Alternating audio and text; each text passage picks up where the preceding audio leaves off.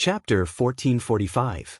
Ajwa hadn't expected Jiogong Ryoko to transfer to number 60 high school because of him. And he had actually offended the entire Jiogong family? Ajwa found this a little inconceivable.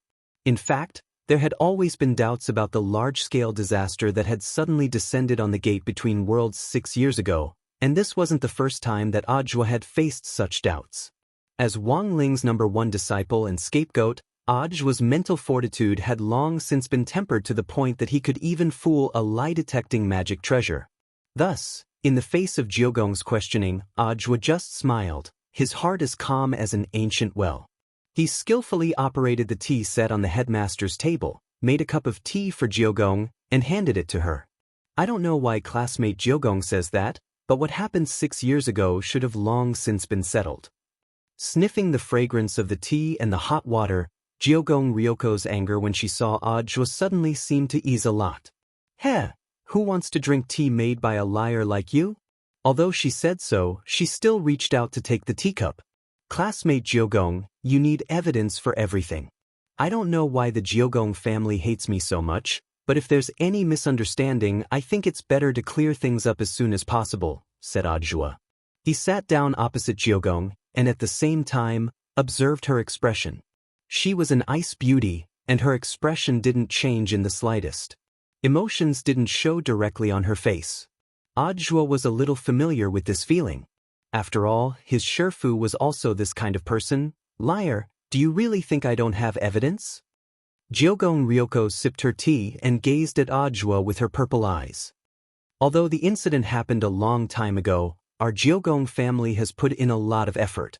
We did indeed find a witness at the scene. Furthermore, this witness said that the person who defeated the Demon King was a boy with dead fish eyes. Speaking of this, Jiogong Ryoko paused. Speaking of dead fish eyes, she remembered that she seemed to have seen a dead fish eye not long ago. But for some reason, there was a lack of memory in her mind, and she couldn't recall it. But this wasn't the point. The point was that she had come to Huaxiao Nation this time and chosen number 60 high school. She had come for Ajwa from the beginning. One reason was to expose this swindler, and the other was to use this topic to expand the Jiogong family's market in Huaxiao Nation. You mean, a witness? Ajwa was slightly taken aback. The scene at that time was too messy. There was dust and smoke from collapsed buildings everywhere, as well as thick smoke from all kinds of explosions. He had saved a lot of people in the beginning with the team, and had already confirmed that the core area where Loopy Toad had landed had already been evacuated, and there wouldn't be a third person there. So, where did this witness come from? Ryoko Kamiya did not keep him in suspense. Instead, she took out the evidence that she had prepared in advance from her small bag. It was a photo, and what shocked Ajwa was that it was actually a GIF. Can GIFs be printed now? Ajwa stared at the photo in disbelief. This is a digital camera photo seal, and the person sealed in this photo is the witness of our Kyuya family, Kyuya Ryoko said. Ajwa stared at the photo. He saw a little girl in a light yellow dress. She was only about 5 or 6 years old, and she was knitting a sweater in the photo. A day ghost. Ajwa stared at the photo for a few seconds before finally picking up on the clues. He hadn't expected the witness that Ryoko Kamiya was talking about to be a day ghost. You don't look so useless. Ryoko wasn't surprised that Ajwa could tell, but to be able to directly identify the type of ghost based on a sealed photo, he definitely had to have the vision of an expert. Their Jiogong family had been responsible for exorcising demons for generations. Although Jiogong still hated this swindler Ajwa, it had to be said that he was much better than her disappointing brothers. This instantly made Ryoko feel a little humiliated and angry, and she said to Ajwa, "But for a swindler like you who habitually hogs glory, you should also have some special knowledge in the area of exorcism." Ajwa, it's just the words of a 5 or 6-year-old girl. How can classmate Jiogong believe it? Ajwa smiled calmly. She said that the one who defeated the Demon King was a boy. How old was the boy at that time? 10 years old, Ryoko Kwamiya answered. 10 years old. No matter how talented a cultivator is at this age, he would at best be a golden core cultivator. A golden core cultivator can defeat a demon king? Ajwa laughed. Weren't you also a golden core cultivator at that time? Ryoko asked. As I said, the Monster King was already very weak after a series of attacks, so I only went to give him the final blow. Audiobook retorted, I've already clarified this with a lot of the media. As for the media's increasingly ridiculous claims about the 10,000 miles parting air sword, those are indeed exaggerated. However, Ryoko Kamiya didn't buy Audiobook's explanation. You're just trying to flatter me, that's all. Kamiya Ryoko snorted. Also, let me tell you, the day-wandering ghost girl in this photo looks like she's only 5 or 6 years old. But that was because she was at that age when she died. That was why his appearance was fixed. Little Yellow appeared in that area 30 years ago, which is to say that she actually has the mind of an adult. I know what you want to say, Audiobook replied. Classmate Kamiya wants to say that this day-wandering ghost's words are in fact legally binding, right? Yes, lie. Ryoko Kamiya's lips curled up. So, are you panicking? No. Audiobook shrugged indifferently. I know that a day-wandering ghost's words alone are far from enough. So I have to find the boy who was seen by this day-wandering ghost back then. At that moment, Ryoko Kamiya got up and abruptly took a step forward. Her purple eyes fixed on Audiobook, and the two of them almost instantly closed the distance between them. Ryoko Kamiya, according to our Kamiya family speculation, you have repeatedly performed miraculous feats in recent years. In recent years, you've performed miraculous feats again and again. A lot of things may seem irrelevant, but they are in fact closely related to number 60 high. So we have reason to suspect that the boy might be studying at number 60 high. They were too close, and from this angle, they just happened to be facing each other. Audiobook tilted his head slightly and pretended that he hadn't seen anything. Classmate Kamiya, you're too close. Ryoko Kamiya hurriedly got up and covered herself. You pervert. Audiobook was instantly unconvinced. But I still have to be able to see him. Classmate Kamiya, you don't have any, how can I be considered a pervert? Hearing this, Ryoko Kamiya took a deep breath and tried to calm herself down. She then quickly opened the office door and prepared to leave. She only left Audiobook with her cold back. Wait for me, Audiobook will see. I'll handle the registration procedures for classmate Kamiya. Have a safe trip. Audiobook smiled and nodded. Bang. Then, the office door was instantly shut. Seeing that Ryoko Kamiya was gone, Audiobook heaved a sigh of relief. This young miss from a foreign country. She was a little tricky. At that moment, Audiobook glanced at the ring on his thumb. This ring was one of the magic weapons Wang Ling had given him. It was called the fake heart ring, also known as the substitute heart ring. As the name implied, it was a ring that could replace a heart with a space. The heart in Audiobook's body right now was a fake heart created by the substitute heart ring, while the real heart was sealed inside the ring. The heart was a vital part of the body, and the substitute heart ring was originally meant to protect it. But it was different for Audiobook. Because the heartbeat of the fake heart didn't belong to him, this was one of the main reasons why Audiobook could remain calm in the face of questioning, and thus deceive those lie-detecting magic treasures. In fact, the heartbeat of the heart that was sealed in the heart substitution ring space was really frantic. When Ryoko Kamiya approached, Audiobook could clearly feel his heartbeat accelerate under the other party's barrage of questions. Chapter 1446. Audiobook hadn't expected Ryoko Kamiya to be so aggressive. Since they wanted to further expand the Jiogong family's market in Huaxiao Nation, it was likely that their current strategy was to attack him, the director, who was currently in the limelight. Audiobook was tired.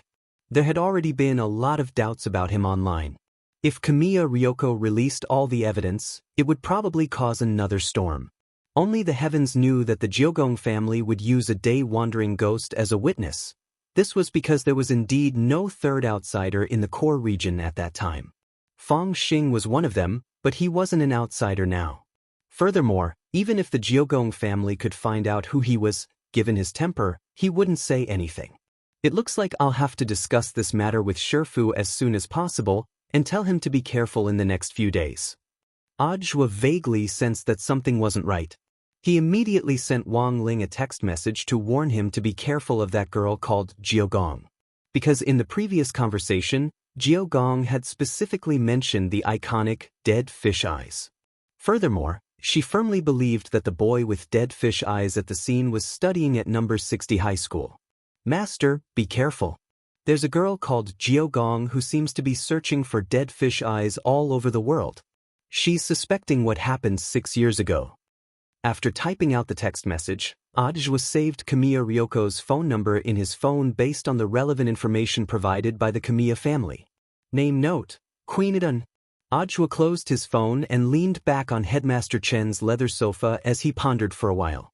That girl Ryoko Kamiya, it was indeed not easy to deal with. But the other party's choice to directly reveal his identity and come to number 60 high for an internal investigation was definitely the wrong choice. Anyone who had fought werewolves knew that revealing one's identity right from the start wasn't a wise choice. Number 60 high was his turf. It was impossible for them to cause trouble here. Thinking this, Audiobook sent another message to another person. Master's wife, that person called Kamiya Ryoko, is investigating Shifu.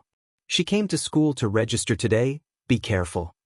On the other side, Lotus Sun replied almost instantly, who's your master's wife? Even through the screen, Audiobook could feel the steam. There was going to be a good show to watch. Given Lotus Sun's personality, Ryoko Kuya might not be able to get away with anything at number 60 high. You should know. The last girl who had tried to curry favor with Wang Ling. Everything had been arranged clearly by Miss Sunday. On the other side, Wang Ling was lost in deep thought after receiving the message. He realized that people nowadays really couldn't resist praising. When he was in front of the teaching building, he was secretly glad that the newcomer Kamiya Ryoko didn't come for him. The result was unexpected. The other party circled around. In the end, he sprinted in his direction. In conclusion, the only piece of evidence in Kumiya Yoshiko's hands was probably the day-wandering ghost that had lived for decades. But this day ghost could not be used as conclusive evidence. After all, everyone knew that the Jiogong family had always been responsible for exorcising demons. Only God knew if this day-wandering ghost was just making it up to save its life. So Kamiya Yoshiko's purpose in entering number 60 high was in fact to look for Wang Ling. As long as they could find the boy that the Daycrawler ghost had seen, it would be the key evidence. After some calculations, Wang Ling had a general idea of what Ryoko Kuya was thinking. He closed his eyes and released his spiritual sense. He directly locked onto Ryoko Kuya's position in the school. Logically speaking, Ryoko Kuya was only here to register today and could leave once she was done. But it seemed that the other party had no intention of leaving. Inside the teaching building, Ryoko Kuya strolled proudly down the school corridor. She was like a black swan, exuding an astonishingly cold and elegant aura. The only one who didn't fit in was the female bodyguard behind her, who was carrying a bag full of pancakes. Is this the transfer student from Sun Island? She's so beautiful. She's dressed like a gangster. She's not a sick girl, is she? You have to be careful when dating someone like this, or you might end up with a chopper. I think our president is better. She's too aloof, and I don't dare go up and talk to her at all. All the voices around her reached Ryoko's ears. Her eyes were like rays as they swept around. A lot of people thought that Ryoko was angry and quickly shut their mouths. In fact, this was just Ryoko Kuya secretly looking for dead fish eyes. Ryoko wouldn't easily get angry in front of outsiders, which was a good cultivation formed under the traditional education of the Ryoko family. As a young lady, she had to have the attitude of a young lady. She enjoyed the resources that most people in the world didn't have. It was normal for there to be some criticism. So Ryoko had long been accustomed to the comments of outsiders. Besides, these words weren't vicious, and they didn't even have the qualifications to make her heart beat faster. She purposely slowed down her pace as she walked past every classroom, searching for boys with dead fish eyes. Then she remembered their appearance. Although no one dared to be too close to her during the whole process, it was still a bit too much. After searching the first 2 classrooms, a girl seemed to have summoned up her courage and walked over to Ryoko Kuya. She took the initiative to reach out her hand. Hello, Ryoko Kuya. You are? Ryoko looked at the girl's hand, thinking about something, but in the end, she didn't shake it.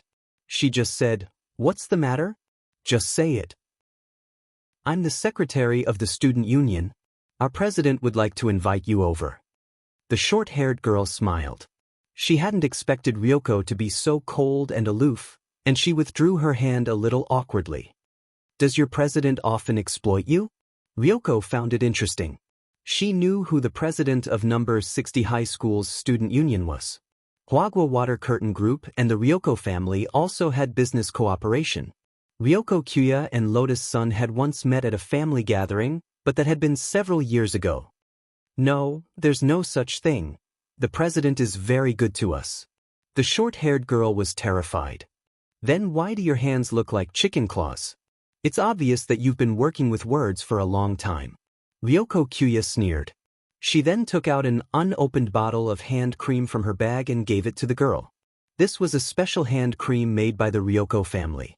It was made with pure natural ingredients and had an immediate effect. It couldn't be bought on the market. "Ryoko Kuya, don't get me wrong. I'm not giving you this because your hands look like chicken claws. It's just a fee for leading the way." Ryoko Kuya said expressionlessly, "Then let's go." "Okay." The short-haired girl was flattered. On the way, Ryoko suddenly asked a question. "Oh, by the way, what's the student union system like? How is the president elected?" "Of course it's elected by public vote every year. Of course, if there are objections to the president's work, he can also be publicly impeached." Ryoko Kuya nodded. "But why do you ask, Ryoko?" The short-haired girl was curious and had a bad feeling. "Because I want to be the president." Ryoko's answer was concise and to the point. Chapter 1447. When Lotus Sun received Audiobook's text message, she almost immediately felt a sense of danger. When she had seen Jeogong Ryoko's name on the list earlier, she had vaguely felt that the Jeogong family's purpose in entering number 60 high school wasn't pure. In the end, she hadn't expected this moth to be even bigger than she had imagined.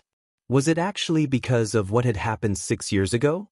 She didn't know why the Jeogong family was blaming Audiobook for everything, but since this matter had something to do with Wang Ling, she naturally couldn't just sit back and watch. It had taken her so long to finally learn classmate Wang Ling's secret. How could she let this secret leak out so easily? Jeogong Ryoko, right? Lotus Sun took a deep breath and then directly accessed the surveillance footage from the computer in the student union office to find out Jeogong Ryoko's current location. Everything was just as Audiobook had said. Jeogong Ryoko seemed to be strolling around the school, but was in fact deliberately checking out the boys with dead fish eyes. The situation was more urgent than she had imagined. The girl immediately sent a text message to a student union officer and asked her to bring Jeogong Ryoko to her office. And so, 5 or 6 minutes later, this aloof young miss dressed in a dark Gothic style appeared at the door of the student union office with an arrogant expression on her face. Seeing this, the female bodyguard carrying the bag of pancakes behind her hurriedly stopped the female officer and closed the office door. There was a strong smell of gunpowder. It was as if a big fight could break out at any moment. "Will they fight?" The female officer was a little worried. "You're thinking too much. They're both young misses. How could they fight? I'm actually saving you by pulling you back." "Saving me? Knowing too much isn't a good thing," said the female bodyguard. This was the conclusion of her many years as a personal bodyguard. It was better not to get involved in a fight between young misses so easily. Otherwise, there was a high chance that you would be caught and thrown into the river. Sure enough, everything was as the female bodyguard had predicted. It was impossible for them to fight, but the smell of gunpowder was indeed very strong. Feeling the door close behind her, Jeogong Ryoko walked briskly to the desk. She propped herself up on the table and stared at the calm girl in front of her with her purple eyes, a faint murderous look in her eyes. "Lotus Sun, long time no see." "Yeah, long time no see." Lotus Sun smiled. "I didn't expect you to actually choose number 60 high this time." Because she had already seen Kwamiya Lianko's temper, Lotus Sun didn't feel uncomfortable with Kwamiya Ryoko's somewhat aggressive attitude. Kwamiya Yoshiko could be considered an old acquaintance of hers, so she had a certain degree of understanding of her. Thus, it might be easier for Lotus Sun to deal with Jiogong than for Jiang Yingying. We've all grown a lot. But with your cultivation level, why haven't you broken through to foundation establishment? I'm about to break through. Being able to break through the foundation establishment stage to the Jindan stage in the first year of high school, isn't this amazing growth? Kamiya Yoshiko said as she found a chair and sat down. It was normal for girls to compare with each other. Lotus Sun didn't find this strange, and the expression on her face clearly showed some helplessness. When it comes to realms, just let nature take its course. Also, it's useless for girls to just grow in realms. What do you mean? Kwamiya Ryoko frowned slightly, feeling that there was more to it than meets the eye. You know what I mean. Lotus Sun smiled reservedly as she looked at Kwamiya's flatness.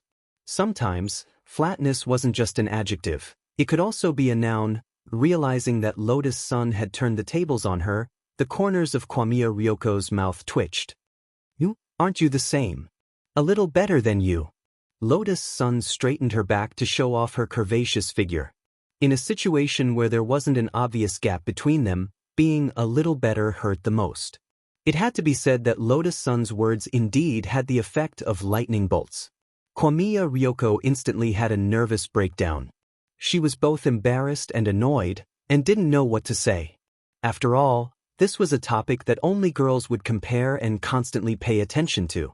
It could only be said that as the president of number 60 High School Student Council, Lotus Sun was in the end Lotus Sunday. Such an outstanding ability to set the pace, indeed wasn't something that ordinary people could do. With just a few words, Jiogong Ryoko was flustered, and she even forgot why she had come to the student council in the first place. Although, on the surface, Jiogong Ryoko's expression didn't change much. But Lotus Sun knew that classmate Jiogong's heart must be in a mess right now. However, Lotus Sun already admired her for being able to control her emotions and not let them show on her face. She was indeed a respectable opponent. Unfortunately, her level wasn't high enough. After a moment of dead silence, Jiogong Ryoko took a deep breath and braced herself to get back at Lotus Sunday. Your family started out in the elixir business. So I actually have reason to suspect that you've taken some special elixir. Contrary to Jiogong Ryoko's expectations, the girl sitting in the president's seat directly admitted it. Lotus Sun, that's right, classmate Jiogong, I took some supplements. You're actually admitting it just like that? Jiogong Ryoko was alarmed and astonished at Lotus Sun's strategy. She felt like she was now playing chess with Lotus Sunday. But she couldn't understand the other party's strategy at all, directly admitting it was fine. But what kind of operation was this? Jiogong Ryoko felt that this was actually a very private matter. It was like some celebrities who clearly had plastic surgery but said they hadn't.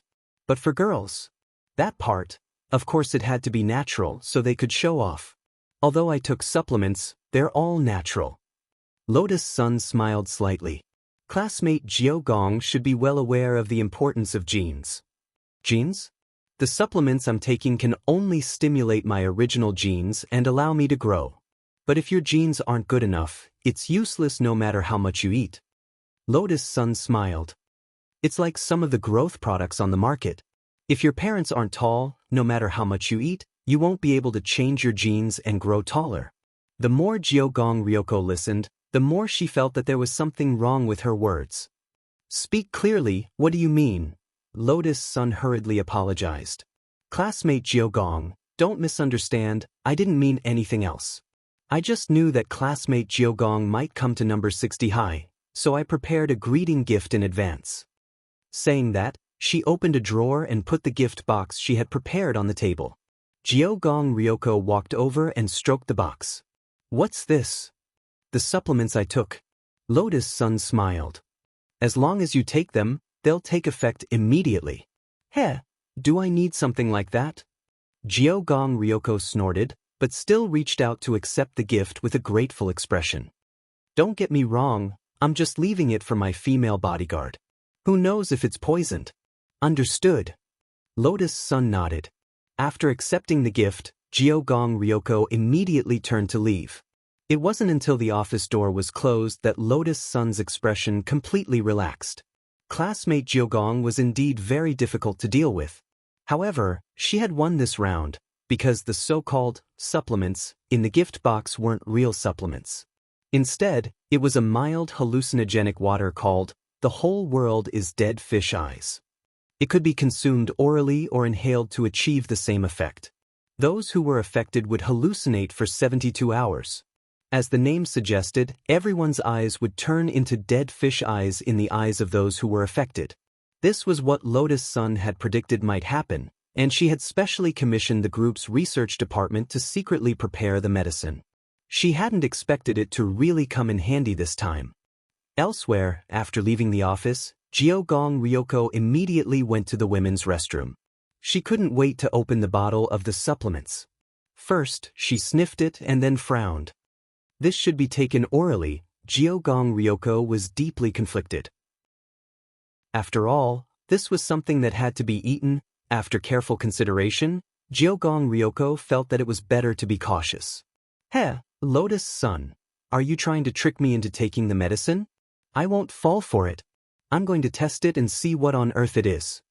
So, she resisted the urge to take it and put the medicine away again. But Jiogong Ryoko didn't know. In fact, she had already fallen for it. The whole world is dead fish eyes medicine was equally effective when inhaled. And this was also within Lotus Sun's calculations. Chapter 1448. Although Ryoko Kwamiya's heart was really eager for the tonic, her rationality eventually overcame her desire. Because this wasn't the first time she had fallen for Lotus Sun's tricks. At that banquet of the rich and powerful, Ryoko Kwamiya believed Lotus Sun's words and ate a pill that was said to make the body grow faster. She thought it was the supplement of her dreams. It turned out to be a rapid growth pill. As a result, when Ryoko woke up that night, she lay directly in the pile of hair. Those who didn't know would think that they were filming a sequel to The Grudge. However, that was a long time ago. Everyone had a time when they were young and mischievous, and Lotus Sun was no exception. "Lotus Sun, do you think I'll be fooled a second time after being fooled once?" Kamiya Ryoko sneered inwardly and walked out of the bathroom confidently. "Miss, how is it? How do you feel?" The female bodyguard leaned over and asked. "No, I didn't. Because I thought about it, it might be a trap," Ryoko said calmly. "Mrs. Wise." The female bodyguard nodded. She secretly rejoiced at her young Mrs. Wit. "Actually, if you're still worried, you can let me taste it next time. Make sure there's no poison in your dreams." Kamiya Ryoko glanced at the female bodyguard. "You're already big enough. If you get any bigger, are you trying to inflate a hot air balloon?" The female bodyguard fell silent. She lowered her head, not daring to make a sound. Yet, Ryoko Jimiya was still staring at her, and the look in her eyes was getting more and more strange. "Did you have plastic surgery? Plastic surgery?" The female bodyguard panicked. "Really?"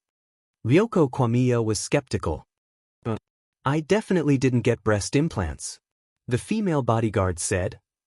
"Who asked you that?" Ryoko Kwamiya frowned. "I mean, why do I feel like your eyes are different from before? I remember that you have double eyelids. How come you have dead fish eyes now?" "Dead fish eyes? No way." The female bodyguard quickly took out her mobile phone and turned on the selfie mode to observe. She had spent a lot of money on her eyelids, but they still shone beautifully under the filter. Damn it. Kwamiya Ryoko rubbed her forehead. She felt that she must have been too anxious to find the dead fish-eyed boy, causing her to hallucinate. However, none of this mattered. The search for the dead fish-eyed boy had to continue. She had already checked 2 classrooms earlier. Just as she was about to continue her search, she saw the number 60 high alumni walking toward her, each and every one of them staring at her with dead fish eyes. Ryoko Kwamiya slowly sent a question mark. Were there so many dead fish eyes in this school? Because of Audiobook's early message, Wang Ling was a little absent-minded in class all morning. He was afraid that Ryoko Kwamiya would find him. Therefore, he had been secretly watching Kwamiya Yoshiko's movements. Unexpectedly, when it was almost noon, Ryoko Kwamiya went back on her own, as expected of the Hwagwa water curtain group. To think that he could even develop something as miraculous as the dead fish eyes potion. Back then, he had been worried whether it would be a blessing or a curse if Lotus Sun found out about him. Looking at it now, he felt that he might have been worrying too much. Relying on her family's technology and money, the girl could provide him with a good cover. This time, it was all thanks to Lotus Sundae. Indeed, Wang Ling was grateful from the bottom of his heart. He felt that he should express his gratitude. Should I give her crispy noodle snacks? Wang Ling rubbed his chin, feeling a little conflicted. Giving her crispy noodle snacks would be a little too obvious. After all, he was probably the only person in this class who could give her crispy noodle snacks. It would be better to make it simple.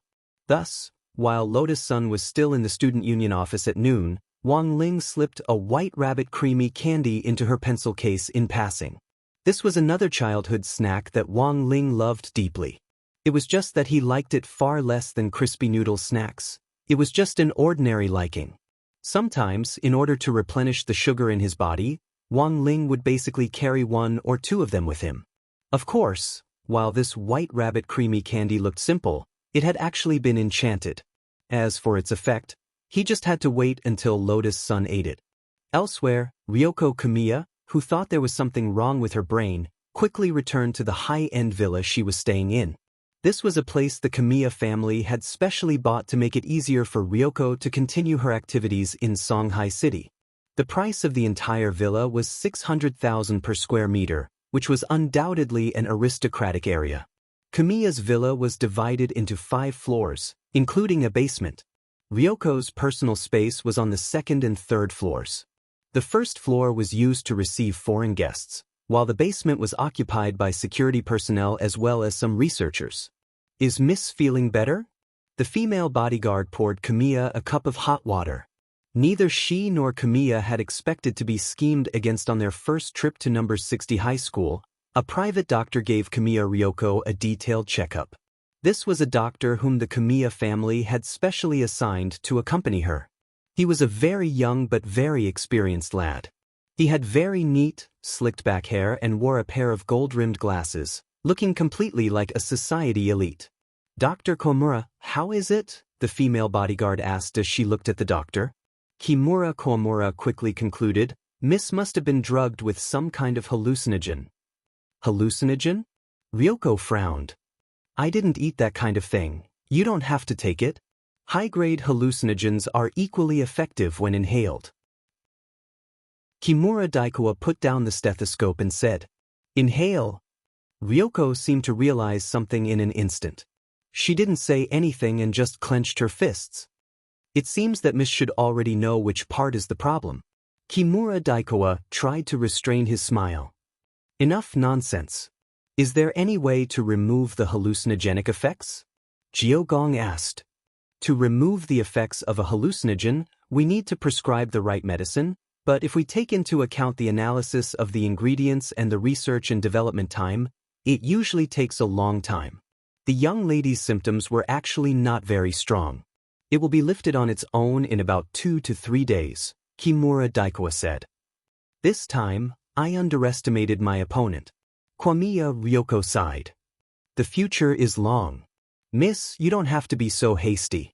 Master said that the current situation is favorable to us, said Kimura Daikawa. So as long as we follow the prescribed order, there will be no problem. I know.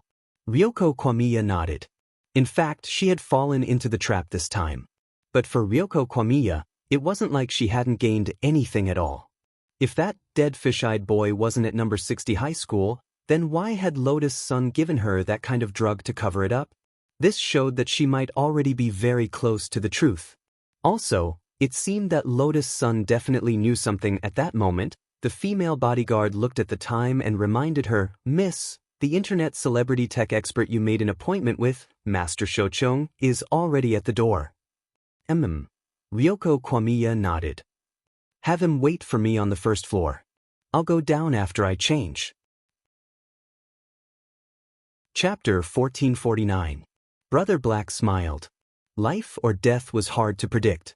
Created by Brother Chong, self-destructed, taking advantage of Fan Xing's death-seeking operation last time, Shochong's fully automatic escape apartment became a hot topic. Shochong himself directly rushed to the forefront of popular civilian scientists. As one of the representatives of the new generation of exorcism, Jimiya Ryoko had always been very interested in cutting-edge technology. Many aspects of the Jiogong family's exorcism had been integrated with modern science, using technology to complete various tasks. As a result, the customer satisfaction rate had been greatly improved. Jimiya Ryoko's summoning of Shochong this time had actually been decided long before the Jimiya family had come to China. In other words, before Shochong had become as popular as he was now, the Jimiya family had already been on track with him. While Shochong waited in the reception room on the first floor, the villa's maid served him the electricity that had been carefully prepared. About 10 minutes later, Jimiya Ryoko changed into a purple maple leaf kimono and slowly walked down the stairs in wooden clogs. On the back of the kimono was the Jimiya family's crow emblem. This was the kind of outfit Jimiya had carefully prepared out of respect for scientists. After going downstairs, her purple eyes locked onto Shochong. This was the first time she had seen Shochong in person, and she was a little surprised that he was actually as slovenly as he looked in his photos. He was wearing a pair of straw sandals and a yellowed white coat. His face was full of stubble and even his hair was a mess of seaweed. Jimiya Ryoko felt that her good impression of him had instantly eroded. She had met 3 people in total today. Putting aside Lotus Sun, the remaining 2 were Audiobook and Shochong. Although Audiobook was a very annoying liar, Jimiya felt that he was many times better than Shochong in terms of first impression. At the very least, he was a clean man.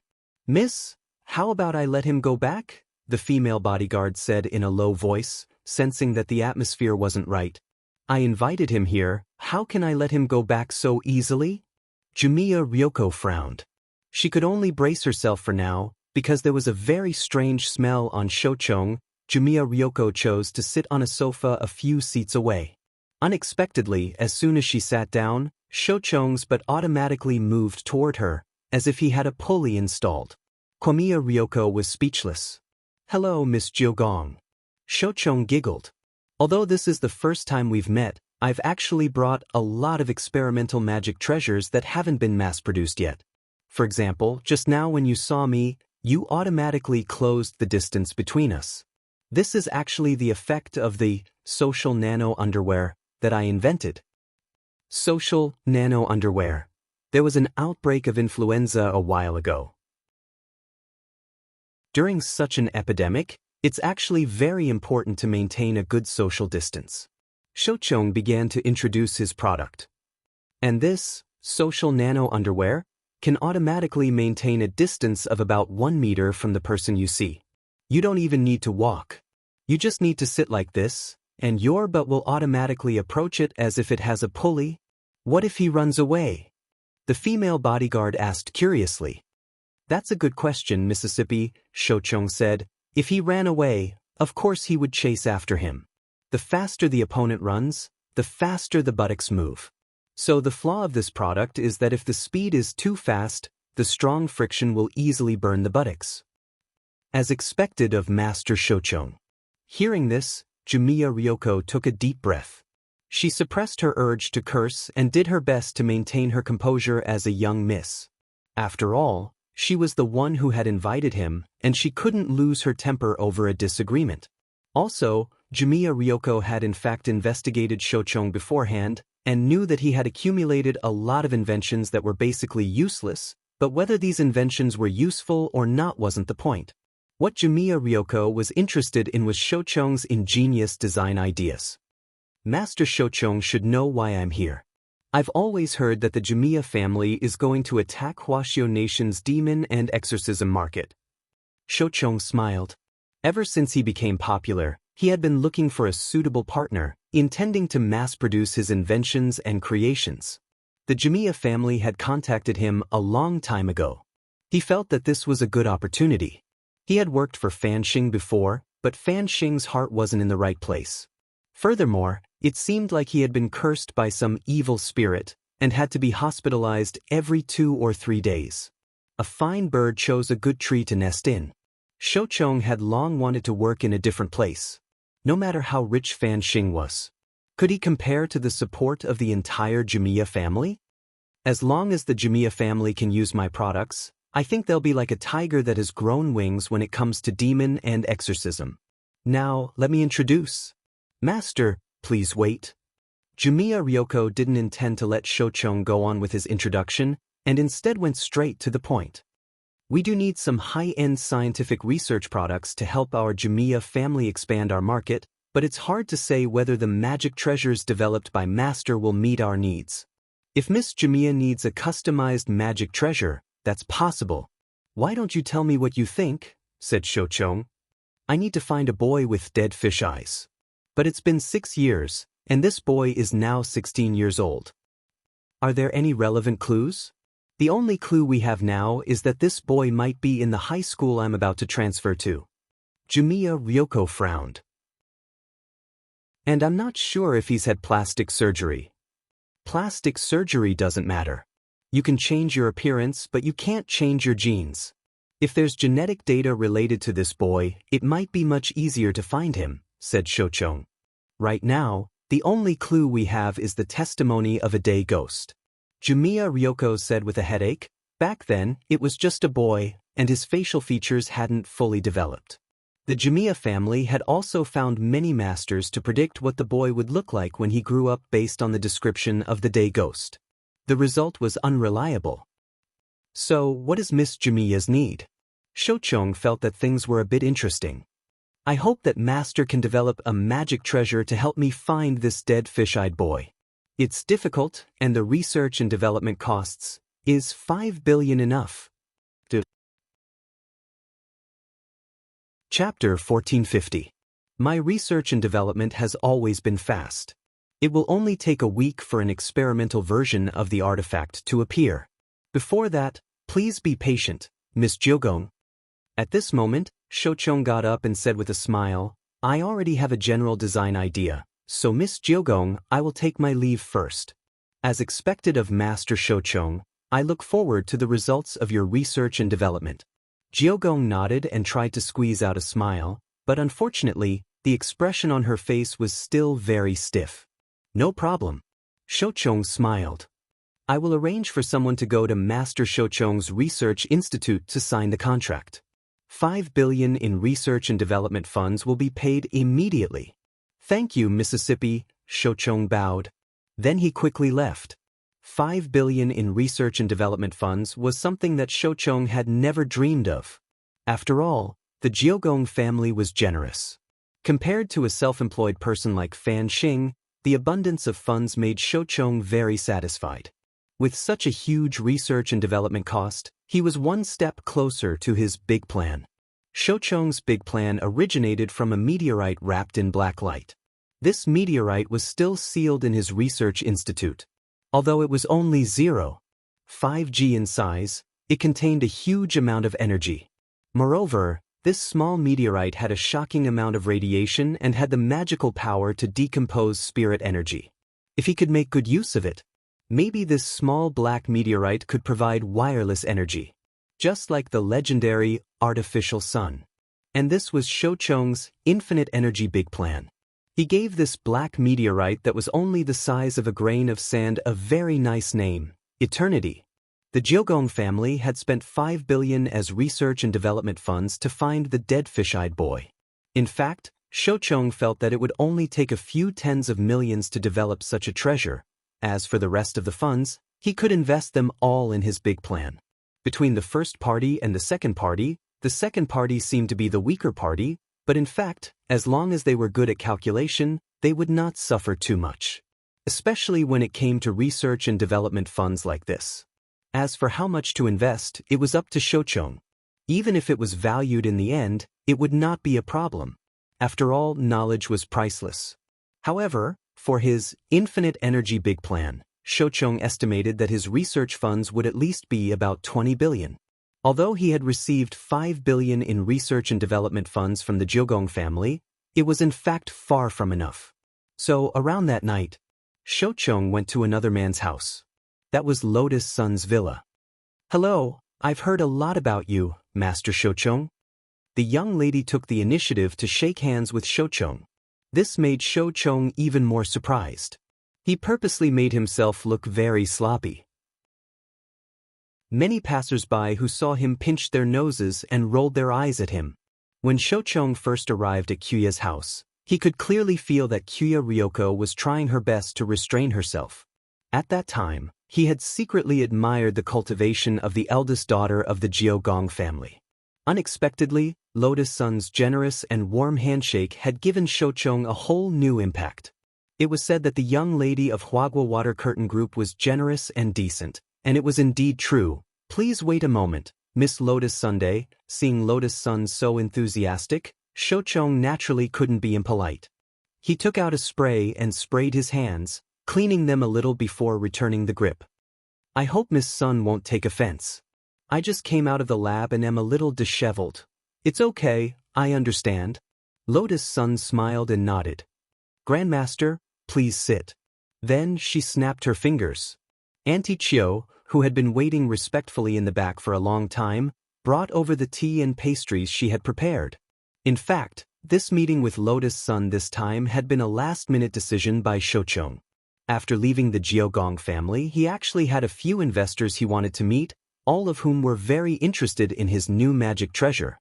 Although 20 billion yuan in research funding was an astronomical figure, as long as he found a few more clients, he would be able to scrape together the money.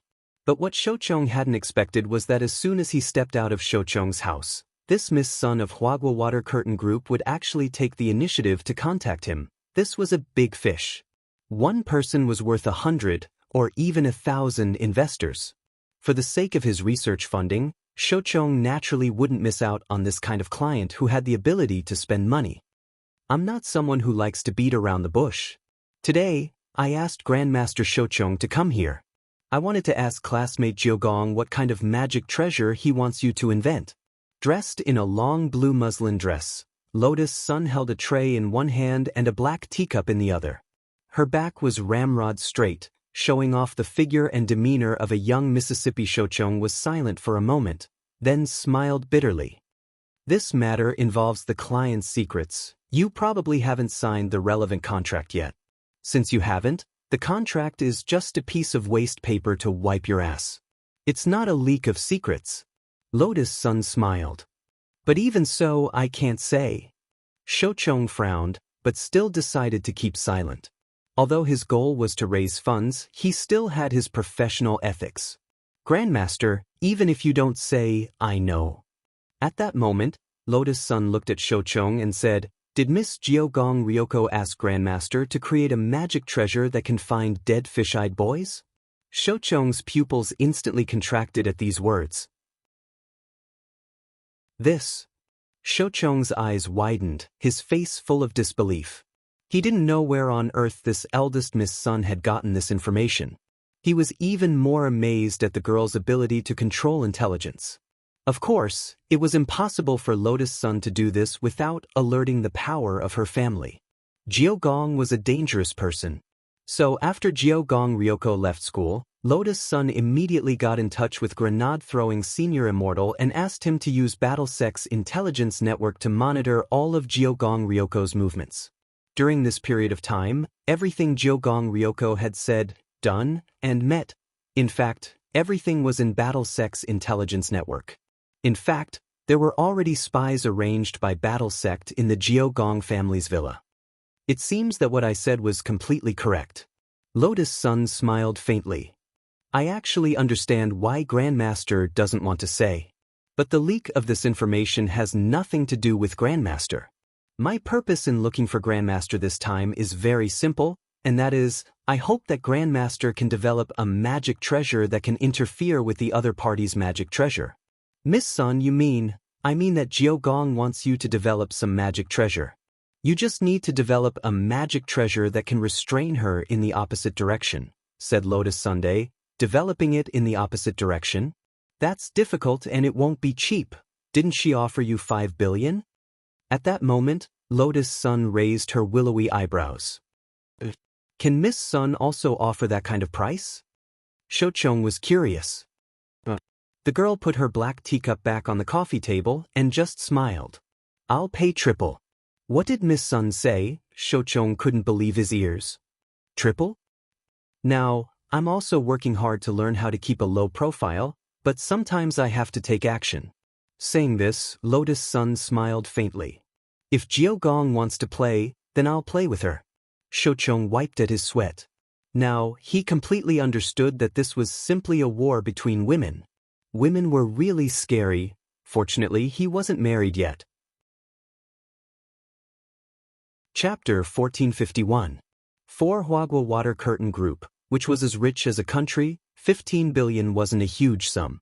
Compared with the Dream Fund that Sunny Yuan used every year to speculate in stocks, invest, do charity, and help others realize their dreams, 15 billion was just a drop in the bucket. But to use such a huge sum of money, it still needed to be approved by the family.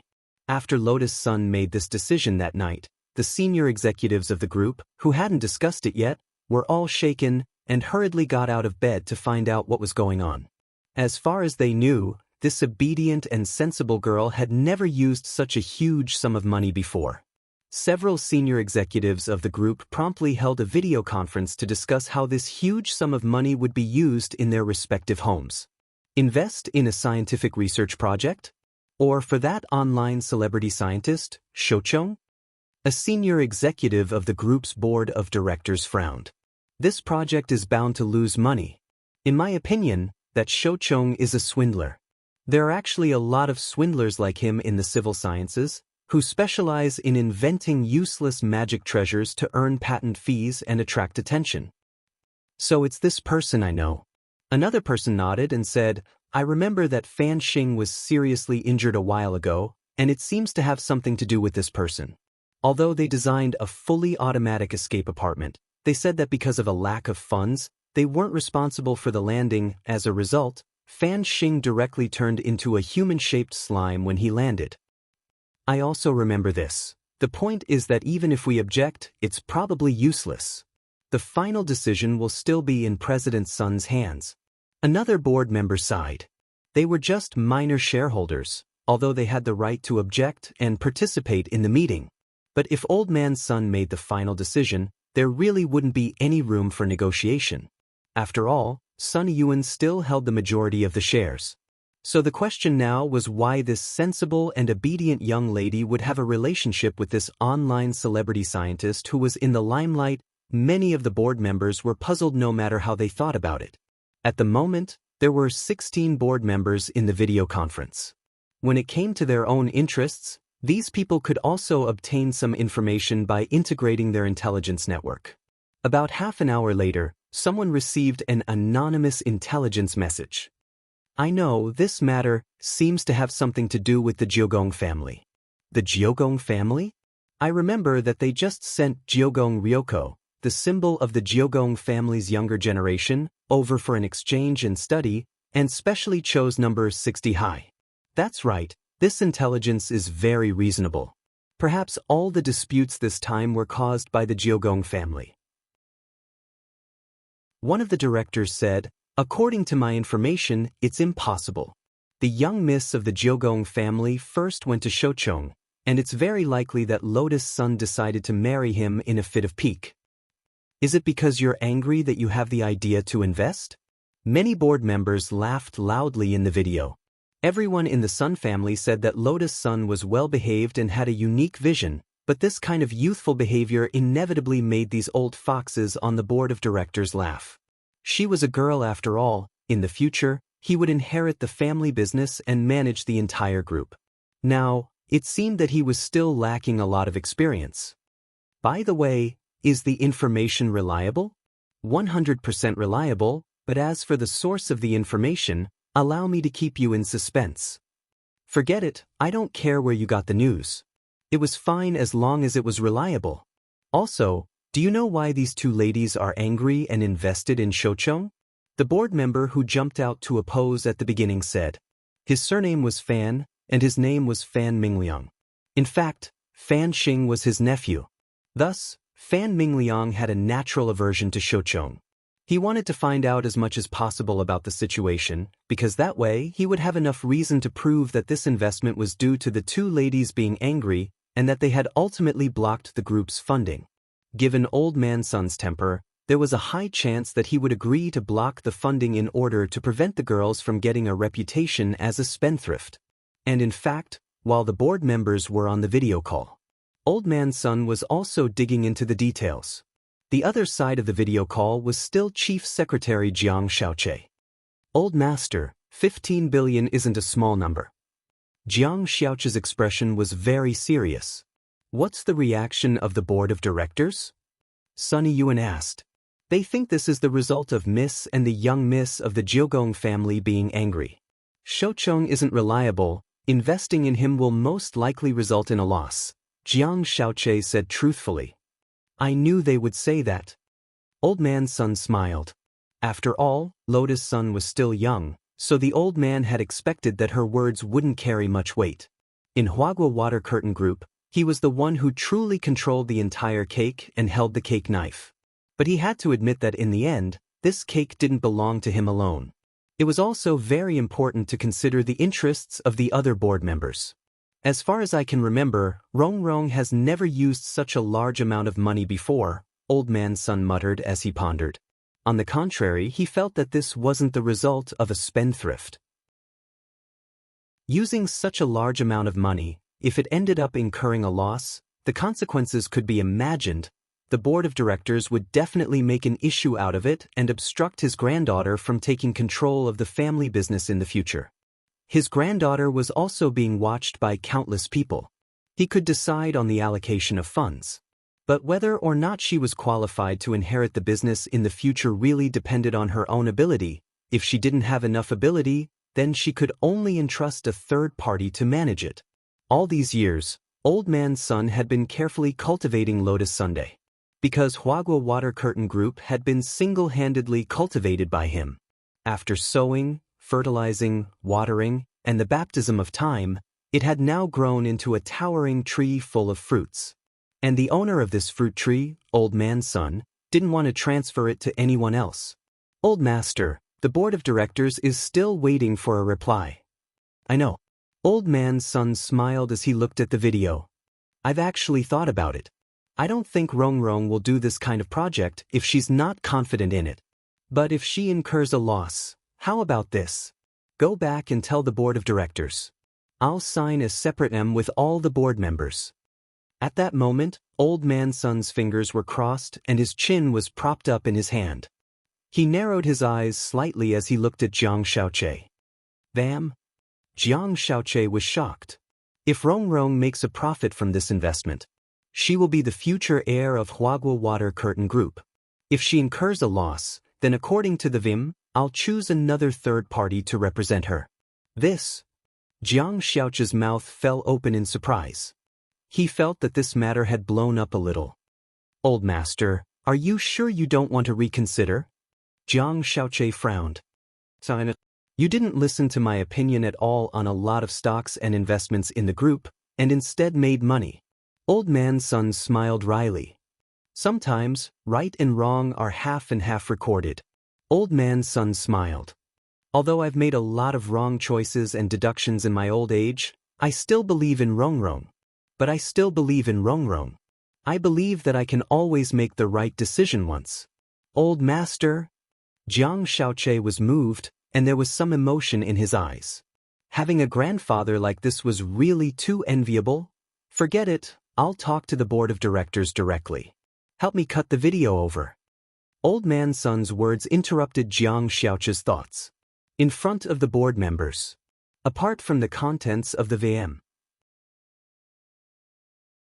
Chapter 1452. The deal with Lotus Sun was reached.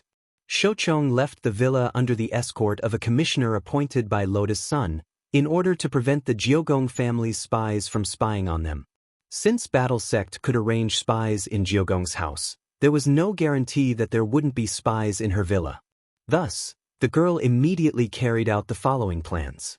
1. Use Mysterious Sea's sword chi to form a sword barrier, so that no communication signal would be able to leave the villa. If there was a spy in the villa, not only would they be able to effectively block the signal, even the communication talisman would be intercepted by Mysterious Sea. 2. She asked Sun Yinger to help her memorize the shadows of everyone in the villa. If there was a new maid who came to work, Sun Yinger would immediately be able to catch the new shadow. Of course, this could also work if she specifically asked Auntie Chiu for information and then identified their faces one by one. But it would be too noisy, and it would be easy to give herself away. Finally, and also the third point, before Shochong left the villa, Lotus Sun specially had the villa's maid help him take a shower and change into a clean new suit. The Jiogong family had spies in places outside the villa that mysterious C's sword chi barrier couldn't cover. Even if there were spies, they probably wouldn't be able to recognize Shochong at first glance. The decision above was decisive, swift and clear, and Shochong gasped in amazement. On the way out of the Sun family's villa, Shochong had already started to make plans in his heart. Right now, he had 2 clients in his hands. Both Lotus Sun and Jiogong Ryoko were clients. But after this comparison, it was already obvious which client was more powerful. Although it was true that this eldest miss of the Sun family had provided him with 15 billion yuan, it was clear that she wasn't someone who was easy to fool. Thus, Shochong felt that it was necessary to be a little more serious about Lotus Sun's research and development of a magic treasure. At the very least, he had to develop a magic treasure that was sustainable and had the possibility of making a profit. After this wave, his 20 billion yuan research budget for the grand unlimited energy plan had just barely been realized. Lotus Sun had treated him well, mainly because this client father wasn't easy to fool, so Shochong felt that he had to be extra serious about his research on Lotus Sunday.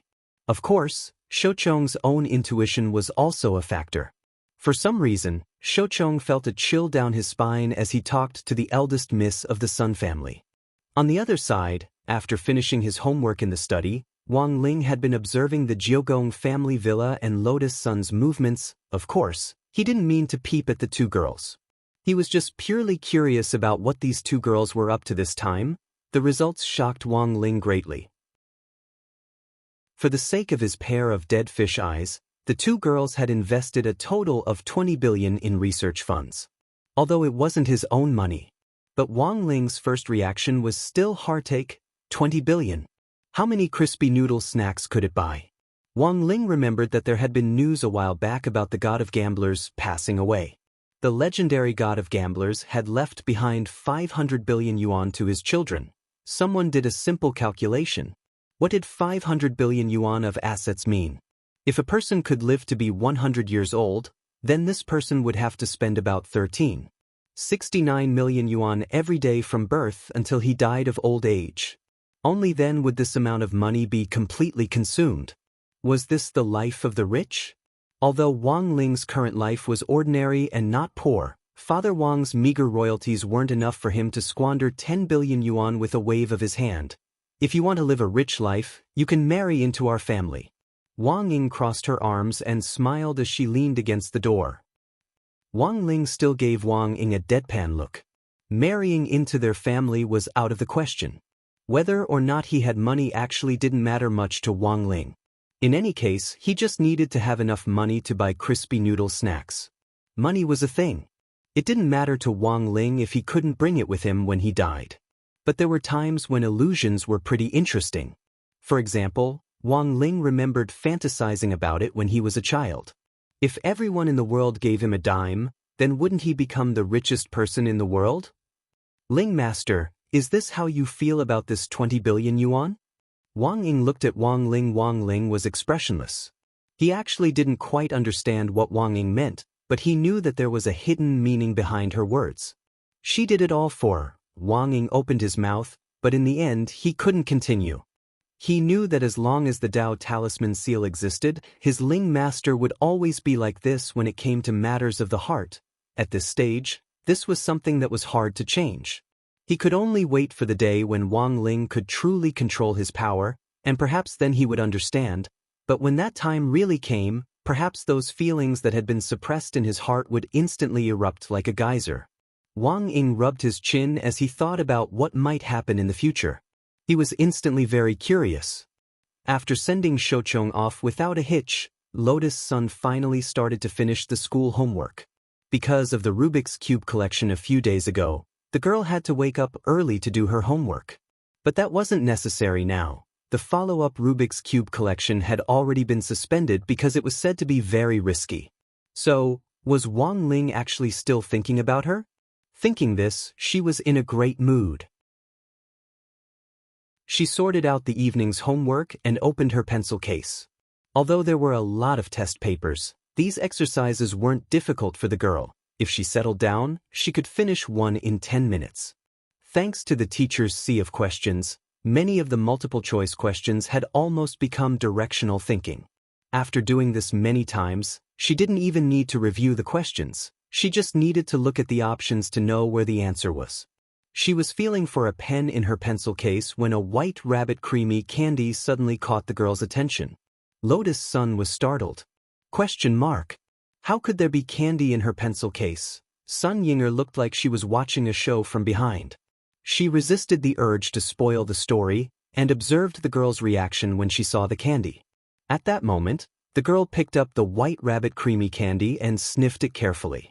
This candy seems to have classmate Wang Ling's scent. What the hell? You can even smell it. Sun Yinger was startled. You already knew?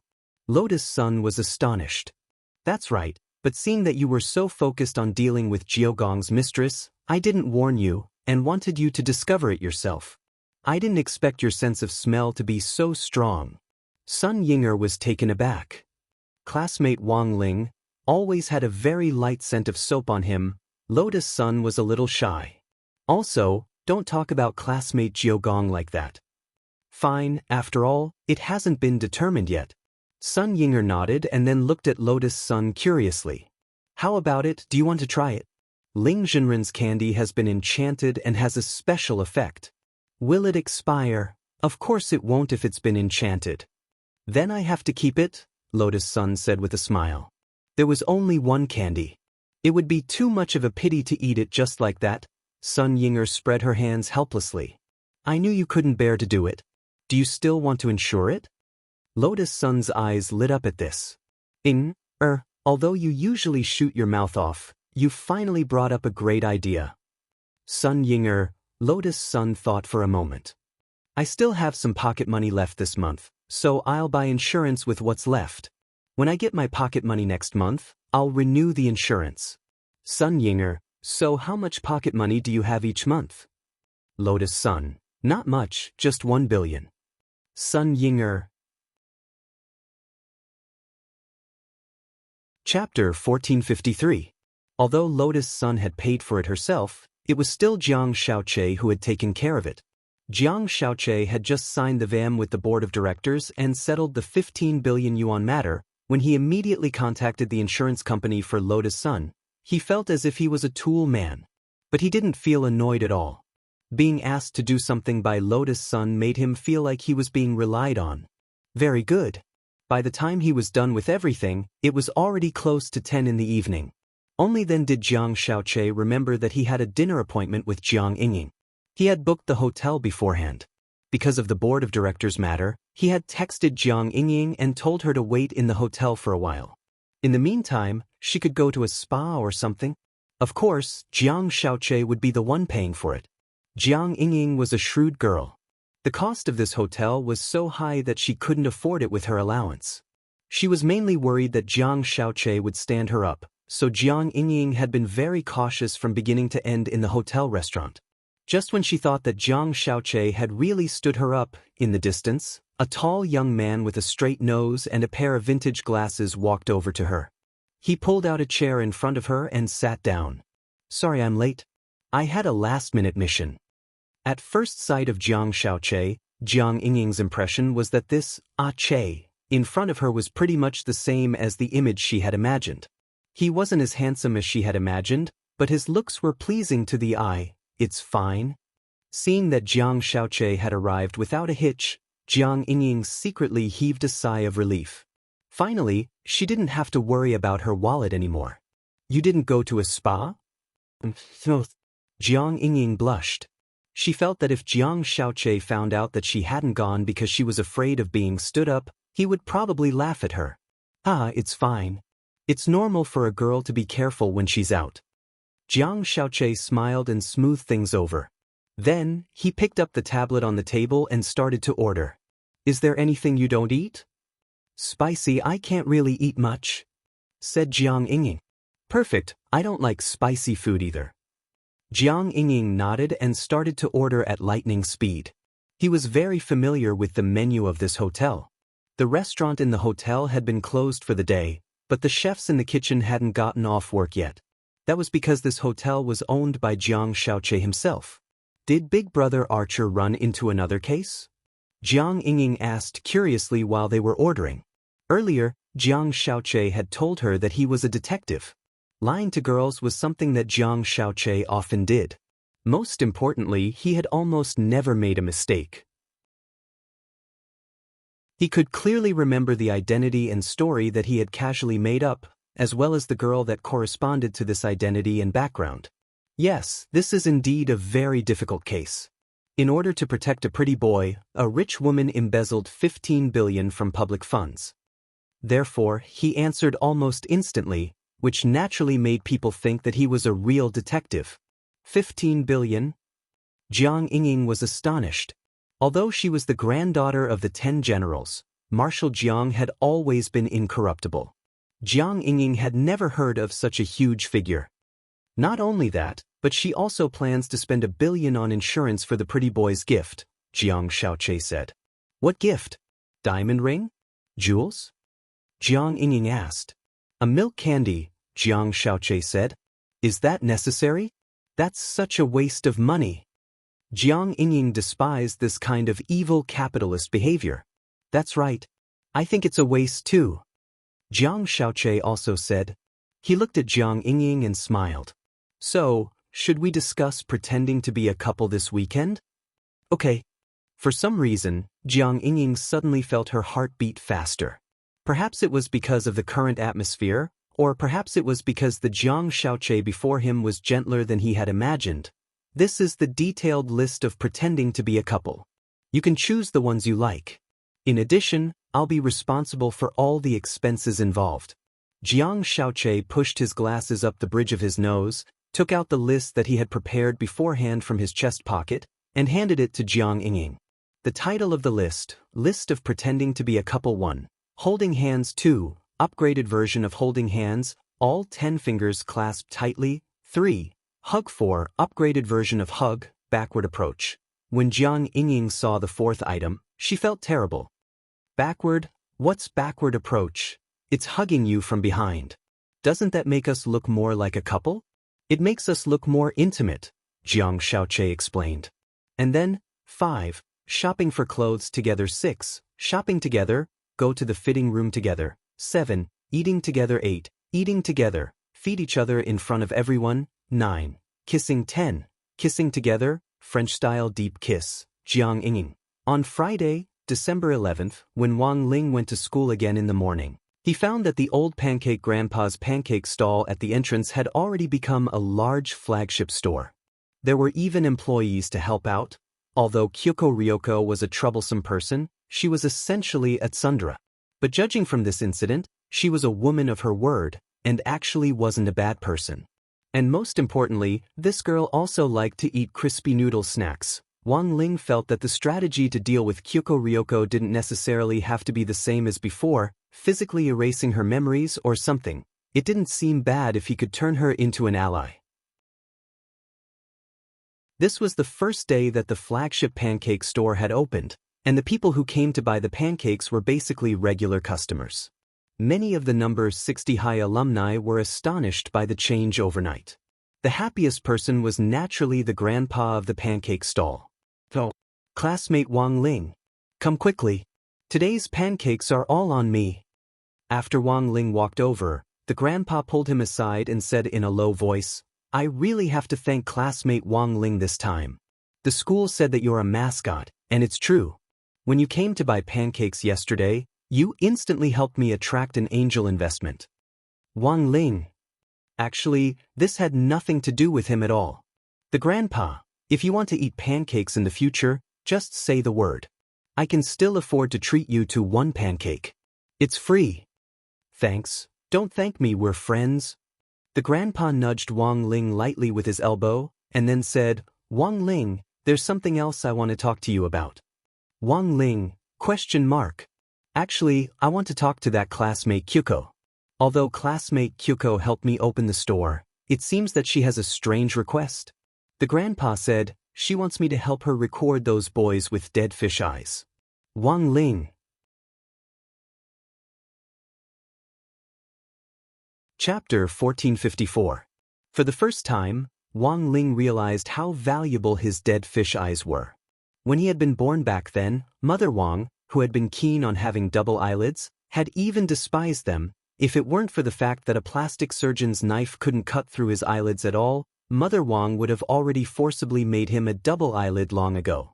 But as she grew up, Mother Wang's obsession with double eyelids gradually dissipated. After all, he was his own son. Since he was her biological son, the more she looked at him, the more she liked him.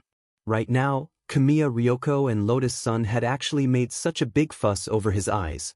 Putting aside Lotus Sun's 15 billion, just 9 palaces alone was already a huge investment.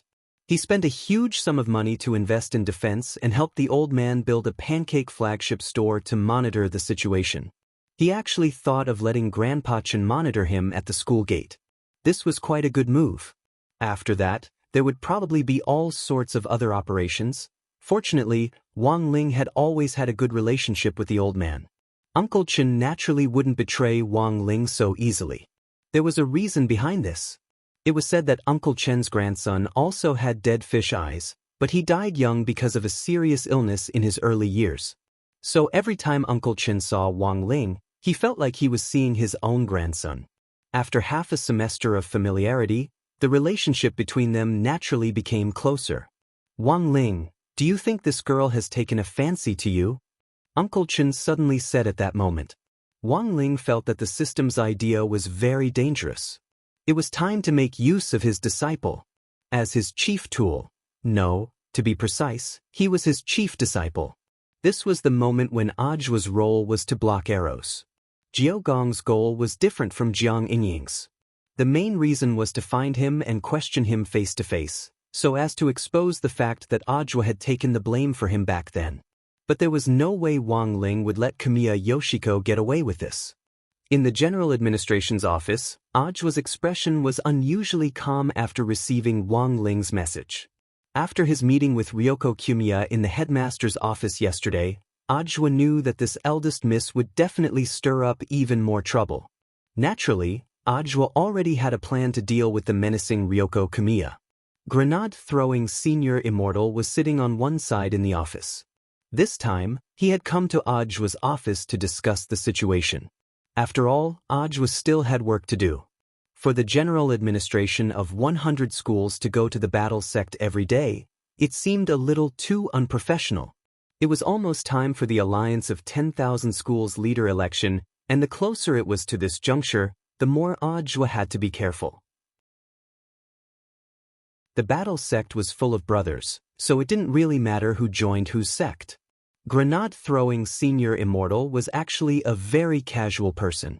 As a qualified measurement of combat strength, although he was the leader of a sect, he did not put on any airs. He still treated everyone as his equal brothers and friends. Sometimes, people would change after they reached a high position. But grenade-throwing didn't. This was also one of the reasons why Wang Ling had been willing to become friends with him back then. Brother Zhua, the situation is basically clear. Sitting in a mahogany armchair, grenade-throwing Senior Immortal said, according to the spy battle sect sent to the Jiogong family, the Jiogong family is targeting you this time for revenge and to wipe out this humiliation. Back then, the Jiogong family used their advanced demon-slaying technology to detect the fluctuations of the gate between worlds from a distance. That is to say, they already had their eyes on Dog? Ajua asked, rubbing his chin. Brother Zhua, you're right. Grenade-throwing Senior Immortal nodded. Lying on the ground in silence, Loopy Toad heaved a sigh. It had been too difficult back then. It had really been like there were wolves in front and tigers behind. Because of Ajua's invitation, it had rushed over to Ajua's place after Wang Ling had left for school. So, what's your plan now? After taking some time to understand the whole story, Loopy Toad looked at Ajua and said, you're not going to confront me with that girl, are you? Actually, I've thought about this before, but as the saying goes, if you're out to pin a crime on someone, you can always find a pretext. Even if you confront her, as long as that girl does a little research on the relationship between you, me, and Battle Sect, she'll quickly find out that we're in cahoots. She might not believe it, Ajua said. That's true. Loopy Toad nodded. It had heard about the first time Audiobook and Jiogong Ryoko had met. In terms of description, this young lady indeed wasn't someone who could be easily fooled. We absolutely can't let this matter get out. Shifu and Shifu are very distressed about this. Audiobook smiled bitterly. So this time, I need Senior Immortal and Brother Dog's help. Do you have any specific requirements? Grenade-throwing Senior Immortal asked. Recreate the scene back then. Audiobook raised his eyes and looked at the two of them with a serious expression. Recreating the scene back then isn't difficult, but the problem is. Grenade-throwing Senior Immortal said. Currently, BattleSect's large-scale film and television base was about to be built.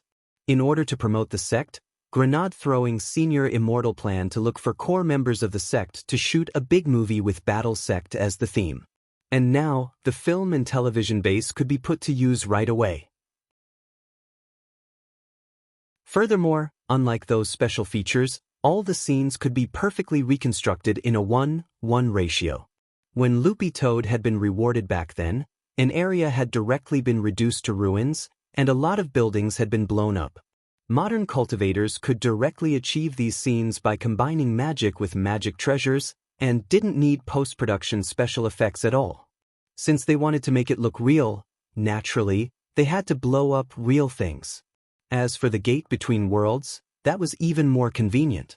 Because the creator of the gate was Immortal Jinyan, who was now a core member of BattleSect. None of this was a problem.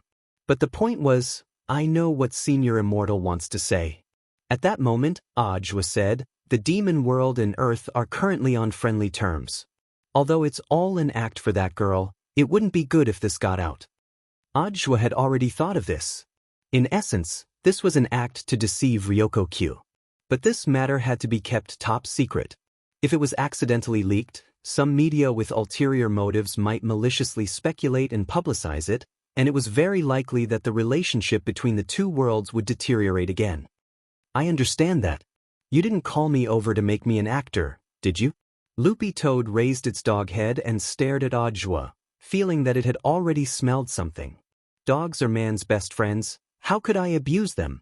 Audiobook spread his hands and said, Loopy Toad, Audiobook, what I'm thinking is, do you have any relatives who are big enough to help out with the acting?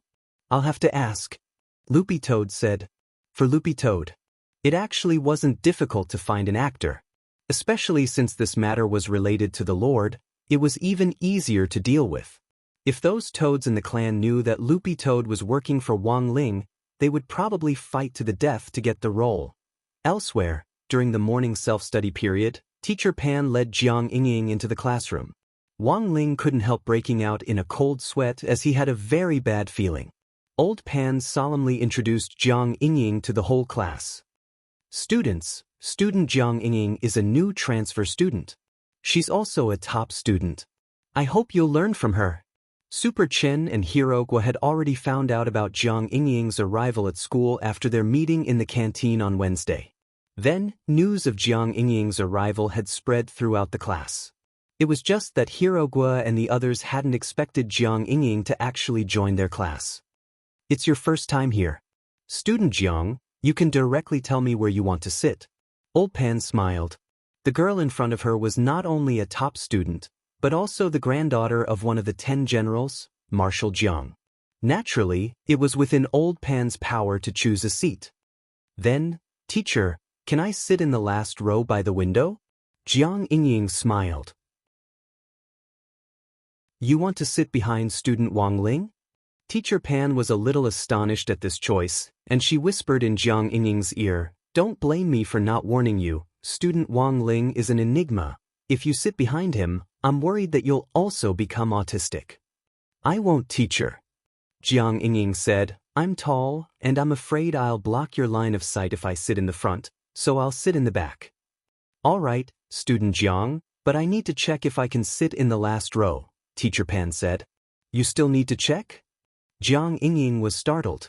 It's like this, student Jiang. After the school renovation, all the desks and chairs were made of the best immortal wood. Each set of desks and chairs has a 6-digit number on them. After you sit down, the desks and chairs are bound to you, and the number on them will be your student number for the next few years.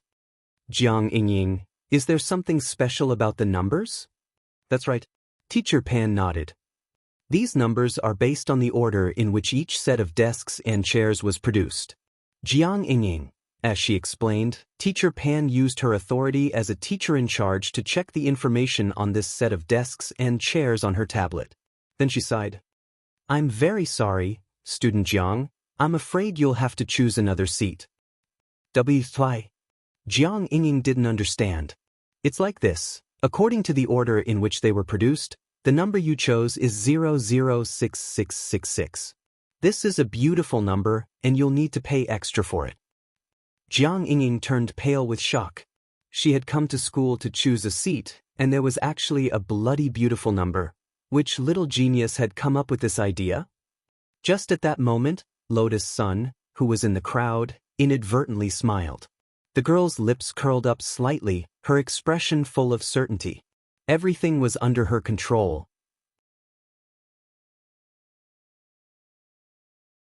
Chapter 1455.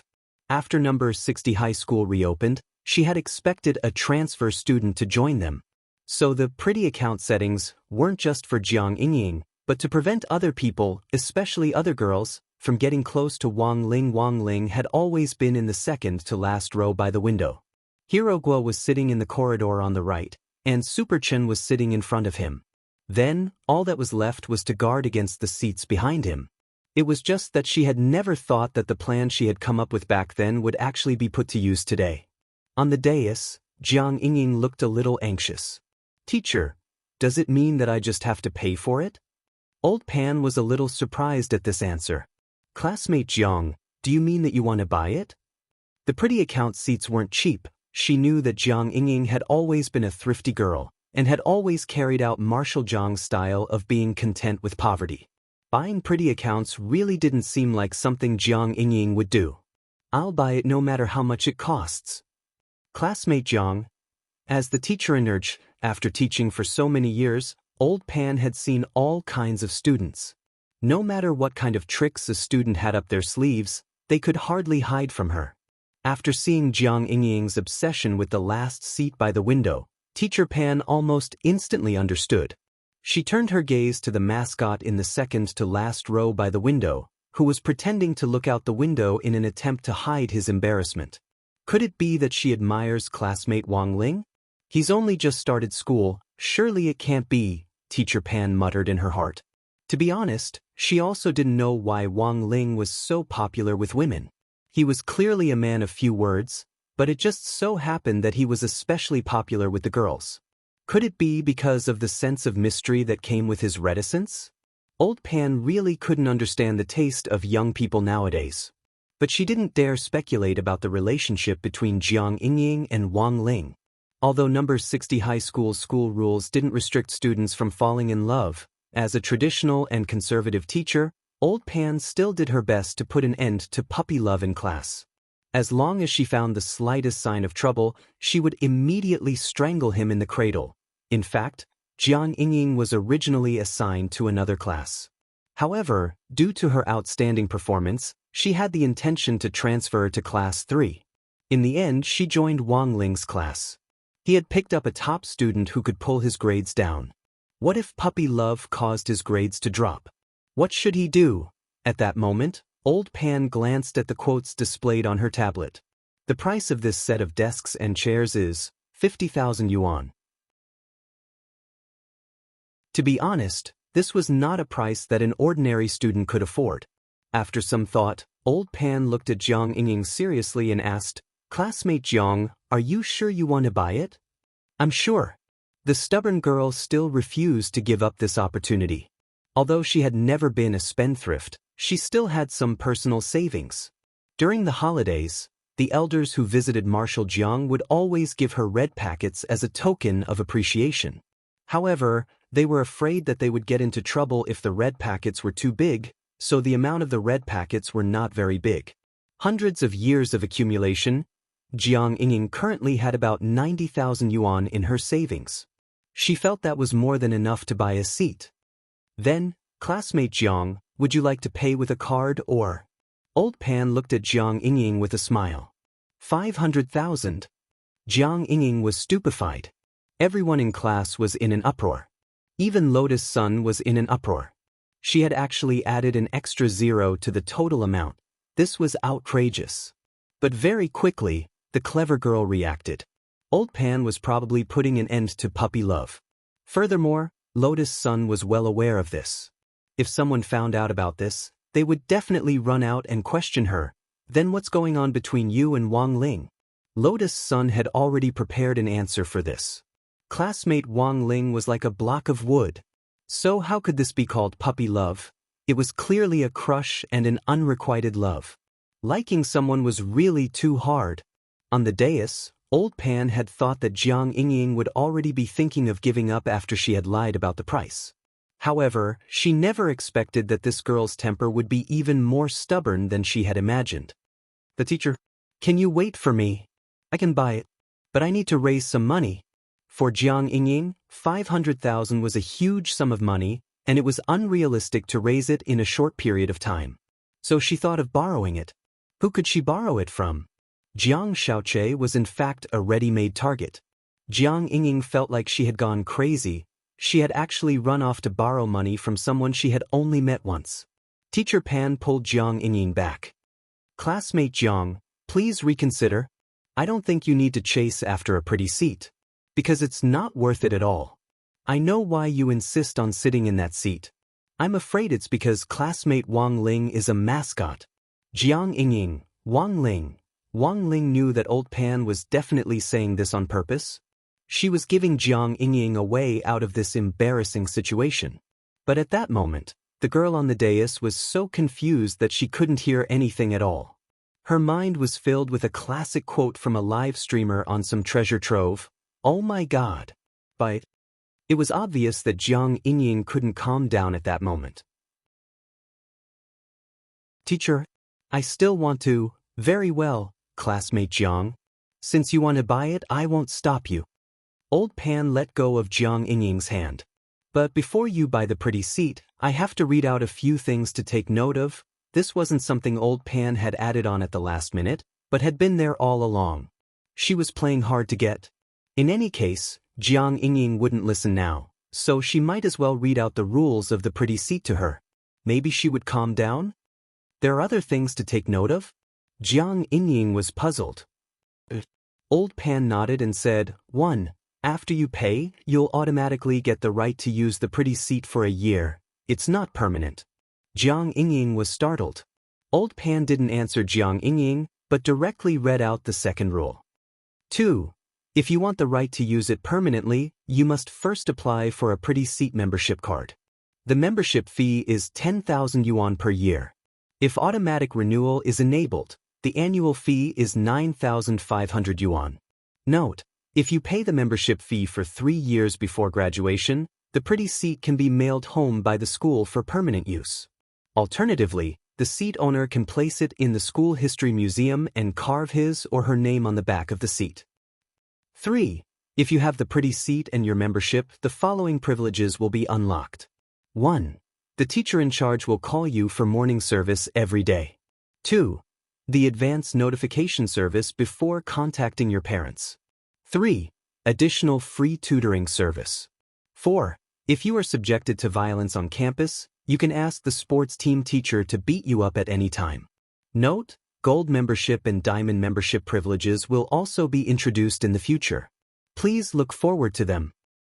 4. The first time you buy a pretty seat, you will receive 1 ton of Immortal Ridge Secret Scroll for free. Old Pan had just read out the 4th rule when Jiang Yingying's face was already full of despair. "Teacher, I won't buy it, all right." Teacher Pan smiled in satisfaction. "Then, you can sit on the side near the door, behind student Gu Xuanji." "Can't I sit behind student Hero Gua? That's also a pretty seat."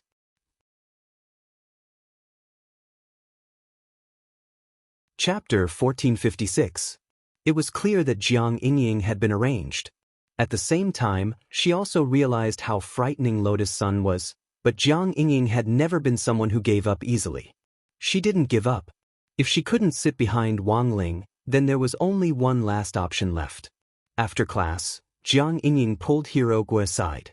"Classmate Jiang, Do you mean to change seats? Oh my, don't be so formal, just call me Ying. Jiang Ying patted Hirogwa on the shoulder and looked at him expectantly. During the first lesson, Jiang Ying had been planning this. No boy would refuse a cute girl's request, right? But to Jiang Ying's surprise, Hirogwa almost didn't even think about it before he refused her. Then you're wrong, Ying. As one of Wang Ling's best buddies, I won't give up my seat so easily. Nonsense, of course he wouldn't give up his seat. Boss Sun had just given them the #1 account in the entire public citizen connection. How could he betray him like that? Moreover, Boss Sun had actually already made arrangements with them before school started. As long as he and Super Chin didn't give up their seats, they would be sponsored an extra 10,000 yuan for the game every month. But for Hirogwa and Super Chin, this was already quite a lot. It would be a waste not to take advantage of this. 10,000 yuan was nothing to Lotus Sun, it was just spare change.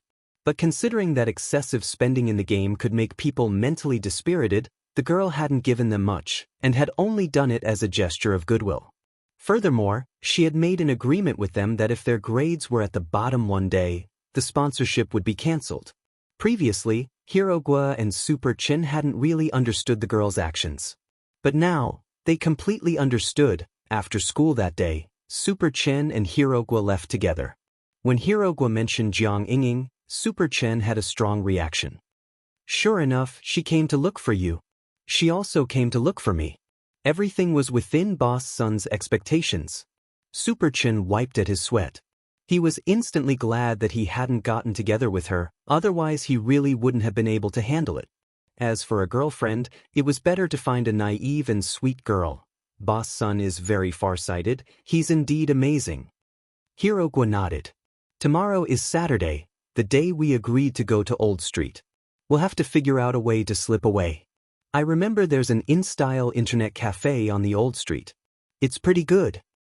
I understand. Super Chin nodded, then rubbed his chin. There are quite a few campus belles among the transfer students this time. Jiang Ying and a foreign girl called Ryoko Kuya.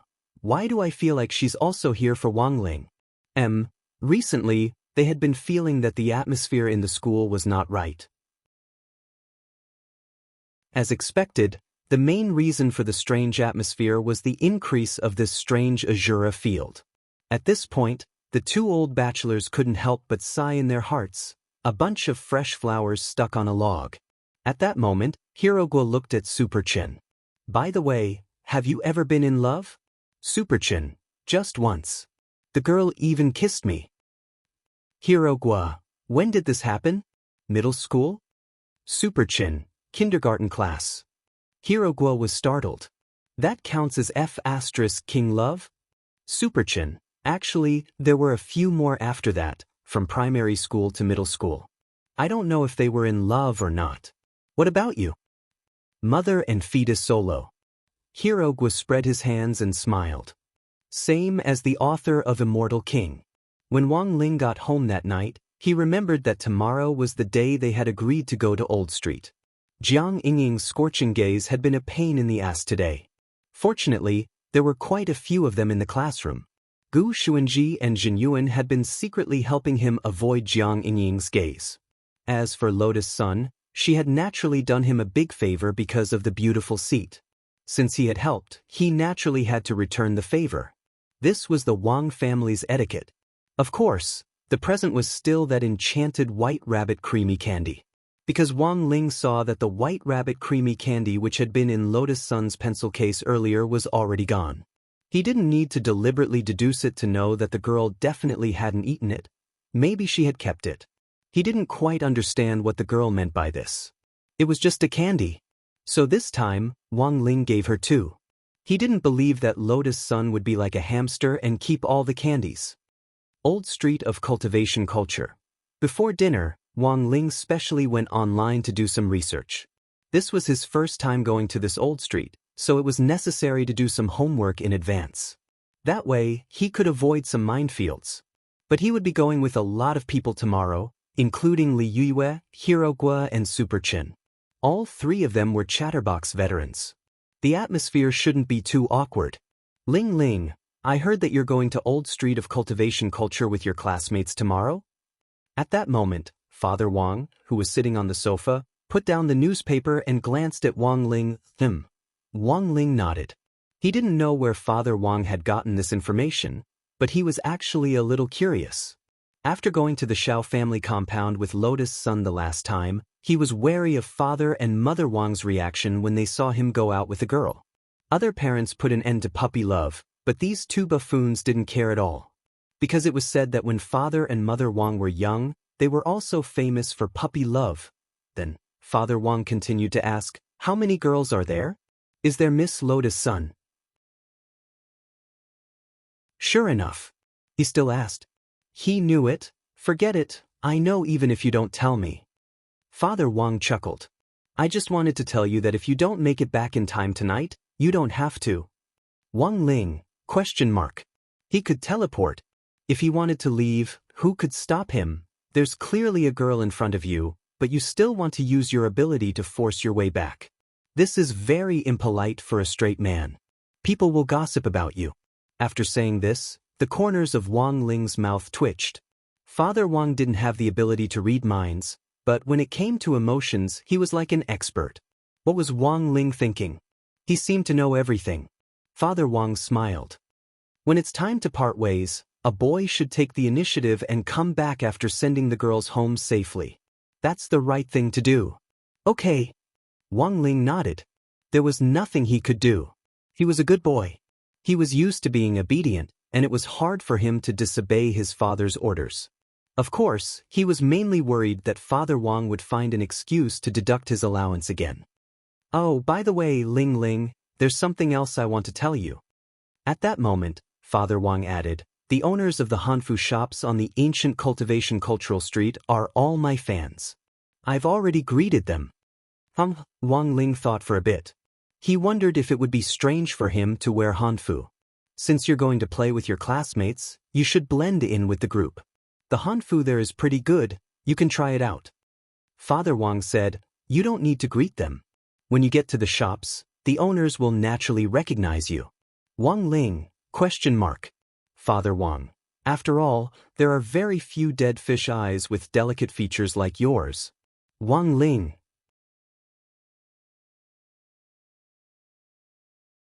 Chapter 1457. The tour of the Cultivation Culture Street was originally scheduled for 2 days. Since they would be together on Saturday and Sunday, there would be plenty of time. Because there were many attractions in the Old Street, 1 day wasn't enough. In any case, the hotels in the Old Street were all owned by the Huaguo Water Curtain Group, so their stays were free. He could even arrange a presidential suite for each of them. But considering that she had made an agreement with Wang Ling before, she hadn't said whether it would be 1 or 2 days. If he made the decision just like that, it might not be good. Therefore, although she made a 2-day plan, she still concentrated the main attractions on the first day. In a chat group called Ancient Street Operation Assistance Team, a few people were in the middle of a group video call. So, that's the basic situation. Does anyone have any other questions? If there's anything you don't understand, you can ask. Lotus' son looked at Liyue, Hirogua, and Super Chen. Yes. Hirogua raised his hand. Speak. Lotus' son looked at her. Boss clearly made a plan for 2 days. Does he want us to put on an act and forcefully stay in the Old Street for 1 night? So that you and that kid Wang Ling can stay in the hotel together? I don't think so, the young girl argued and then quickly fanned her burning face. This is too deliberate. Also, classmate Wang Ling. The words were on the tip of her tongue, but in the end she couldn't continue. She had wanted to say that Wang Ling could read minds. How could their clumsy acting skills fool Wang Ling's eyes? But in reality, this matter was strictly confidential. In this chat group only he knew the truth. At this moment, the young girl realized that she had almost spilled the beans, and her heart was filled with regret. It seemed that she had to be more careful in the future. She couldn't lose her composure just because she heard some embarrassing words. She followed along with the conversation. At that moment, Hirogwa saw the girl on the screen blush and fall silent, and he was puzzled. Wang Ling? What happened to Wang Ling? Super Chen, Are you going to say that Wang Ling can tell that we're acting? Lotus Sun. Superchin, I don't think you need to worry about acting. Boss Sunday, doesn't Uncle Gua have a film studio at home? Lingzi had also been there before. During the summer vacation, Lao Gua and I would go there from time to act as extras. My acting skills have long been honed. Lotus Sun, no, that's too risky. Then, as long as you can't tell it's fake, it's fine, right? Then I understand. Hirogwa chuckled. A mysterious expression appeared on his face. You understand again? Yeah. They all understood. Also, does Boss Sun have any designated hotels? I already said that I didn't book a hotel. Classmate Wang Ling probably doesn't want to stay there for another day. You don't need a hotel? Isn't that in the open? The boss's first time was so exciting. I understand now. No, you don't understand. No, boss, I understand. Everyone understands. On the other hand, Jiang Yingying once again returned to the hotel she went to before. This time, Jiang Xiaoche arrived early in the morning and ordered a table full of different dishes waiting for her. She didn't have time to go home, so she came over right after class in her school uniform. Jiang Xiaoche smiled when he saw Jiang Yingying. His voice was unusually gentle. You must be hungry. Hurry up and eat. Thank you, Brother Archer. Jiang Yingying nodded slightly, then took off her school uniform jacket and hung it on one side. The girl was wearing a pure white short-sleeved shirt with number 60 high school emblem logo on the chest.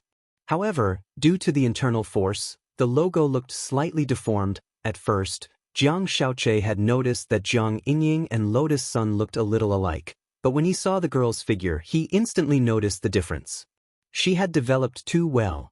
If Lotus Sun's development was like a newly made hunting knife, then Jiang Yingying was like a three-piece set. Although she was still a ways off from the six-god set, she was already very outstanding at this age. But Jiang Xiaoche didn't dare look too long, and only stole glances. He was afraid that the girl would notice his expression and leave a wretched impression. Jiang Yingying picked up a mouthful of lettuce and chewed it a few times, but she didn't look very happy. What's wrong? Did something unpleasant happen on your first day of school? Jiang Xiaoche looked at Jiang Yingying. I think they're all bullying me. Jiang Yingying's eyes were glistening with tears as she poured out everything that had happened with the beautiful seats. Don't cry. Jiang Xiaoche took out a handkerchief from his pocket and handed it to her. The girl took it and wiped her snot and tears. Brother Archer, do you have a way for me to sit next to classmate Wang Ling? It's a little difficult, mainly because I'm not very familiar with this school. Jiang Xiaoche sweated profusely. Just from listening to Jiang Yingying's description, he knew that this was the doing of that eldest miss of their family. With eldest miss around, how could he dare intervene? Then can I? Jiang Yingying looked at Jiang Xiaoche with hope in her eyes. I know what you mean. Are you saying that you want me to lend you money? Jiang Xiaoche smiled and said, Sure, but the premise is that you have to be my real girlfriend. Ah. Jiang Yingying hadn't expected Jiang Xiaoche to actually say that, and her little face instantly burned. Then forget it. Jiang Xiaoche wanted to cry, but no tears came out. Did he really not have the least bit of charm? After thinking for a bit, Jiang Xiaoche decided to take a different approach. Or, let's make a bet. For example, if you like that Wang Ling, you can first confirm whether he likes you. How do I confirm it? That's your problem. I can help you buy a seat. The deadline is the last final exam of your senior year. If you can move Wang Ling, I'll give you my blessing. But if you can't, you have to be my wife. That's the bet. Looking at Jiang Yingying, he felt that the conditions he had proposed were very generous. However, even with such a condition, the young girl still flatly refused. No. Absolutely not. Being a wife or whatever, that's too ridiculous. And even if I agree, my grandpa might not agree. I can talk to your grandpa. That's impossible. If my grandpa finds out that I spend all my energy on boys, he'll definitely be angry. He'll hit you. Grandpa has always been good to me. He's a stubborn person.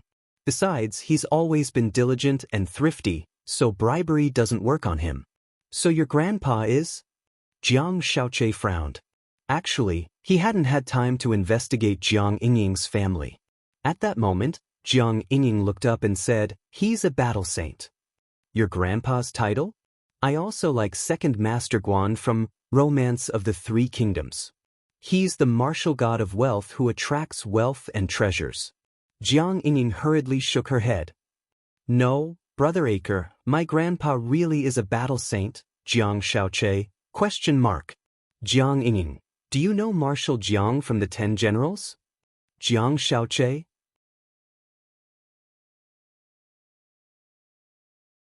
Chapter 1458. When he heard the words, Marshal Jiang, Jiang Shaoqi suddenly felt the hair on his back stand on end. There was no way he didn't know who the 10 Generals were. Huagua Water Curtain Group, represented by Old Man Sun, had dealings with the 10 Generals. These were the founding fathers of the nation and were full of glory, so the benefits they received were naturally different. Every month, the group would produce elixirs that could help with cultivation, nourish the spirit root, consolidate realms, and all kinds of health benefits, and would be sent to each of the 10 generals' homes in special gift boxes. There had been a few birthdays for a few of them. Jiang Shaoqi remembered that he had personally gone on behalf of Old Man Sun to deliver extra birthday gifts. Thus, although Jiang Shaoqi hadn't personally met all the 10 generals, he had in fact already met a few of them because of work. And as luck would have it, Jiang Shaoqi just happened to know Marshal Jiang. If this battle saint saw him seducing his granddaughter, Jiang Shaoqi felt that he might be given a direct Muay Thai warning and crippled on the spot. "Brother Che, you don't look very good?" Seeing Jiang Shaoqi's expression suddenly change dramatically, Jiang Yingying suddenly felt that she had been too rash just now in revealing her grandfather's true identity. She had probably scared Jiang Shaoqi. But Jiang Yingying herself didn't think it was too strange. In terms of realms and combat strength, the 10 generals were like little brothers in front of him. But in terms of prestige in the eyes of many native Huaxiao cultivators, the old generals were lofty figures who were like gods. Each of them had blood-soaked legends of fighting bravely on the battlefield back then, and had different hot-blooded stories that were widely circulated among the people. Although some of the 10 generals had already retired, they were still dignified. "Actually, Brother Che, you don't have to be too afraid. Brother Che, you don't have to be too scared. My grandpa might look scary, but he's actually quite approachable," Jiang Yingying said. "Then, didn't the old marshal ask why you came out to see me so late at night these past few days?" "Of course he did," Jiang Yingying said. "I said I came out to consolidate my studies, and that there's a teacher with the surname Jiang who's volunteering to help me with my lessons." A straight-A student coming out to consolidate her studies in the middle of the night actually sounded very outrageous. But the girl had always been obedient, so Marshal Jiang naturally didn't ask too much. It could be said that the past few days were the craziest days of Jiang Yingying's life. However, hearing Jiang Yingying's words, Jiang Shaoqi felt like he was going to have a heart attack. "You didn't show my photo to the old marshal, did you?" This was what he was most worried about. If the lass in front of him was a simpleton, the old marshal would be able to recognize his face in an instant. Once he was exposed, the old marshal would probably come knocking on his door and kill him with the old marshal's realm. If he wanted to kill him with his meager HP, he would not be able to withstand a single punch. Fortunately, the girl gave him a calm answer. "Of course not. I'm not that stupid. According to Grandpa's habits, if he posts a photo, he might investigate it directly. At that time, won't he know that Brother Che is not a teacher but a detective?" While listening to Jiang Yingying's words, Jiang Shaoqi's forehead was also sweating. Because all of this was simply too dangerous, Jiang Shaoqi felt that his interaction with Jiang Yingying these past few days was akin to walking back and forth on the edge of death. Fortunately, he restrained himself and did not arrange for Jiang Yingying to talk in a hotel room or something. Instead, he chose to talk in a public area like the restaurant. Otherwise, it was very likely that Marshal Jiang would directly find out about the hotel booking records or something. Even if he said he did nothing, the old marshal probably wouldn't believe him. "Today, let's end it here. You can still eat the dishes on the table if you want."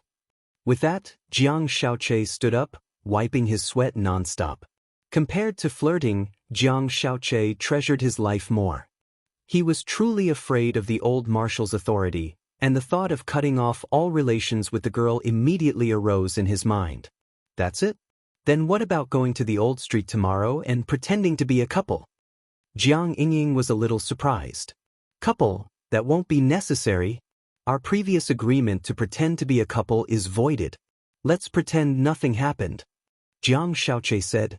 He secretly rejoiced in his heart. Fortunately, up until now, nothing had happened. But because my grandfather is Marshal Jiang? The reason here is very complicated. You might think it's nothing, but it's very dangerous for me. Forget it, let's not talk about it. Jiang Shaoqi looked at the girl in front of him and shook his head lightly, wanting to say something but hesitating. He had wanted to confess to the girl that he had deceived her and that he wasn't a detective at all. He could only blame himself for everything. He had been careless and couldn't find out the girl's background sooner. He had used his glib tongue to deceive many people. It wouldn't be an exaggeration to say that he was an old liar. But now that he saw Jiang Yingying's disappointed expression, he actually wanted to confess. If they had the chance to meet again, perhaps he would tell the girl the truth. But now that he had decided to cut off all relations with her, there was no need to mention it. You were the one who brought this up in the first place. If you don't go, I'll go myself. Seeing that Jiang Shaoqi was about to leave, Jiang Yingying's stubbornness returned. If you don't want to help me, there are plenty of people who will. Jiang Shaoqi laughed. Who else can help you? Then I wish him good luck. Jiang Yingying stomped her foot in anger. You coward! You don't deserve classmate Lotus Sun at all. Whatever you say. Jiang Shaoqi shrugged, took down his suit jacket from the hanger, and left the private room. To be honest, his mind was a mess at the moment, and he felt even more melancholy. Given the girl's stubbornness, since she had already decided on the plan, there was really no way to stop her from carrying it out. So even if he didn't go, Jiang Yingying could indeed find someone else to replace him. But Jiang Shaoqi was the one who had proposed this plan. If something happened to Jiang Yingying, Jiang Shaoqi felt that he would be the one to blame. Even though he had already told the girl to stop the plan. But now, with his thoughts in a mess, he couldn't help but worry about what she would do tomorrow. At the same time, in the Jiogong family villa, Jiogong Ryoko also received a message. Lotus Sun is going to the cultivation street tomorrow? Jiogong Ryoko cupped her chin and fell into deep thought. Yes, miss, and 4 other students, the female bodyguard said from the side. She's probably just going to have fun. I'm not interested in this eldest Mississippi. Send someone to follow her and see what she's doing.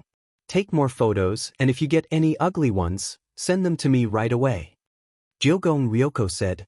Yes, Mississippi. The female bodyguard wiped at her sweat and replied. It actually wasn't difficult to follow her, but it might be a little difficult to take ugly photos. After all, that eldest Miss Sun was a peerless beauty with no blind spots. Although she had only caught a glimpse of her through the crack in the door of the student union office, it had already made the female bodyguard gasp in amazement.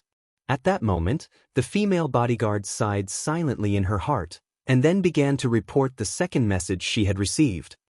Also, there's something else. It seems that Ajwa is going as well. What is he going to do? Jiogong Ryoko was curious. I'm not sure. The female bodyguard said. Then, miss, are you going now? If you are, I'll tell the driver to be on standby tomorrow. No need. Jiogong Ryoko shook her head and snorted. How can I, Jiogong Ryoko, waste so much time on an old liar?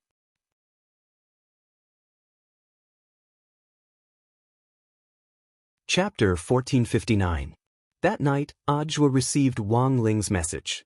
In fact, as early as yesterday, he had already received news that Wang Ling and the others were going to play in the ancient cultivation street.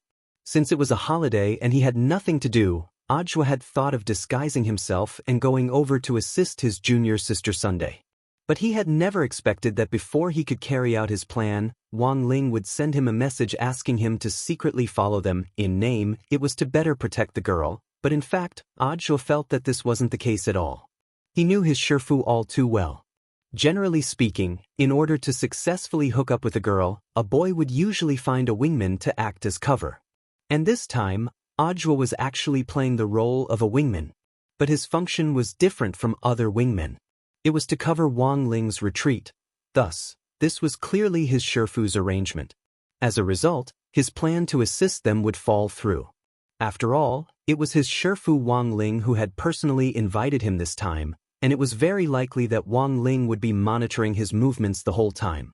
Thus, Audiobook felt that this plan to assist them wouldn't be easy to pull off. Last time, he had imitated Wang Ling's voice in the group to tease Lotus Sun, but that had been because he understood Wang Ling's habits, which gave him the perfect opportunity to court death. But the situation now was different. He could only play it by ear. Of course, all of this was just Audiobook's own speculation. After all, Wang Ling had only asked him to go so far, but hadn't said what it was for inside the staff apartment. Audiobook made a call to a good friend he had met on that ancient cultivation cultural street. This was the head of the street administration who managed the ancient street. Given their relationship, it would be very easy for him to get a smooth tour pass. Of course, Audiobook wasn't trying to take advantage of the situation, but out of consideration for his safety. After all, almost all the projects on the ancient street currently used facial recognition plus identity verification. With a smooth tour card, one could directly use the VIP green channel. He knew that the Jiogong family had been monitoring him all this time. If his identity was registered on the ancient cultivation street, that group of people would probably immediately follow him. Thank you, brother. If possible, use the heaven-sending array to send the card directly to my apartment. Yes, it's still the same address. After saying what he needed, Audiobook expressed his thanks and hung up. At that moment, he noticed that the TV screen in the living room seemed to have suddenly blurred, and the figure of a woman seemed to have appeared on it. Audiobook rubbed his eyes, and the TV screen returned to normal. Was he too tired during this period of time? Audiobook smiled bitterly in his heart. After all, the alliance selection was just around the corner. There were many things that he had to do during the working day.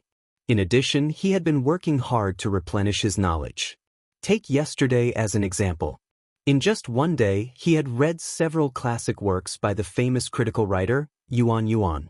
For example, I Can't Breathe, Black Death, Women Under the Hooves, Bullets Flying to the Door, Sweet Air, and No One Knows Cultivation Better Than I Do. This was a selection activity that only the directors of the general administration of 100 schools were qualified to participate in.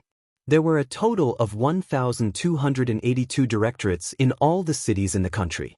First- and second-tier cities and county-level cities were all included.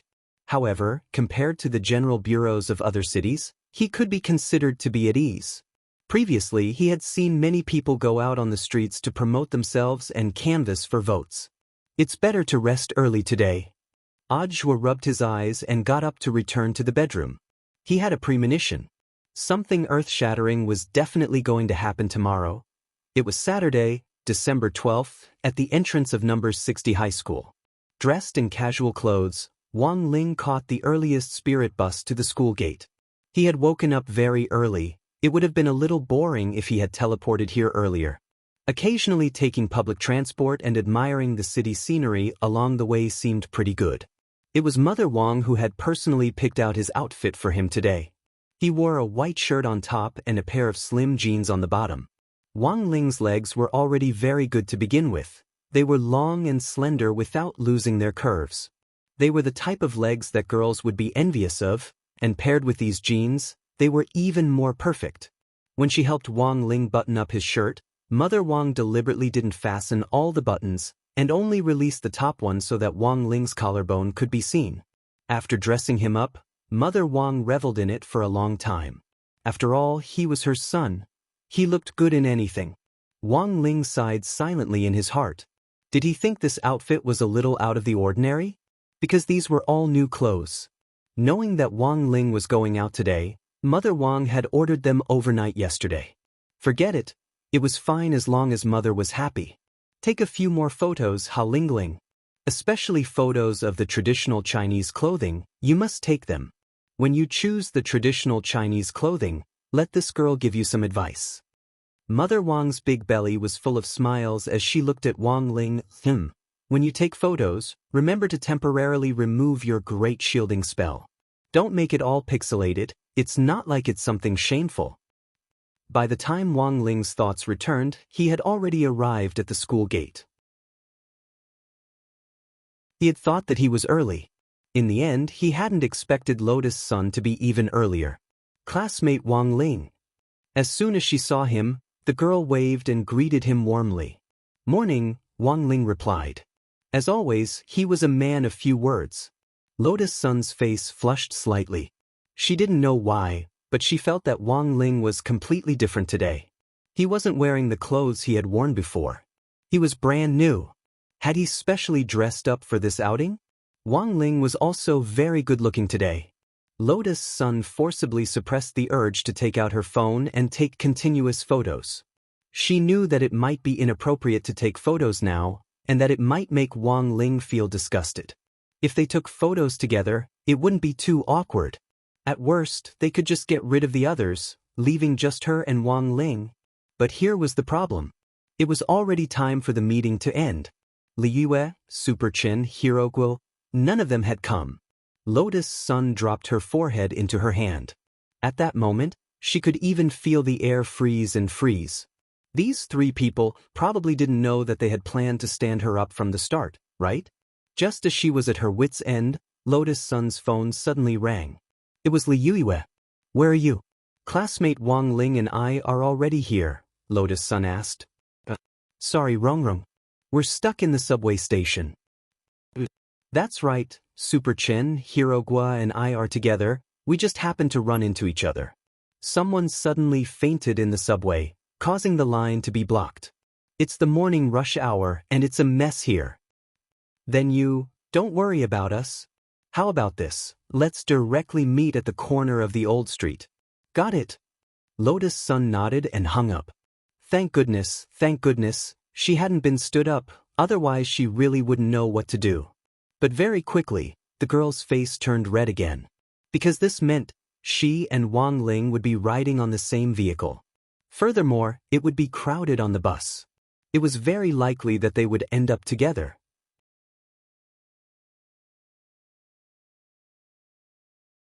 Chapter 1460. Taking public transportation together, there was actually a lot of potential risk at this time. Although Wang Ling had taken a spirit bus earlier, that was because the Wang family's small villa was in a remote area, and there were basically no people on the bus. Plus, he got up especially early, so he didn't have to worry about squeezing into other people. Then, there was the problem of breaking other people's bones. He just needed to cast the Great Lightweight spell on himself before he got on the bus. This was a spell that could quickly reduce his weight. After all, his body was too dense, and he had even caused number 60 High's newly renovated transmission array to collapse. That was because his battle strength now seemed to have increased a lot. One Great Lightweight spell was no longer enough. He had to cast it several times in a row. So to sum it up, at that moment, Lotus Sun's worries were actually very reasonable. In a crowded situation, it was indeed easy to create all kinds of awkwardness and risks. For one thing, there were a lot of perverts nowadays, and it really wasn't safe for girls to be squeezed.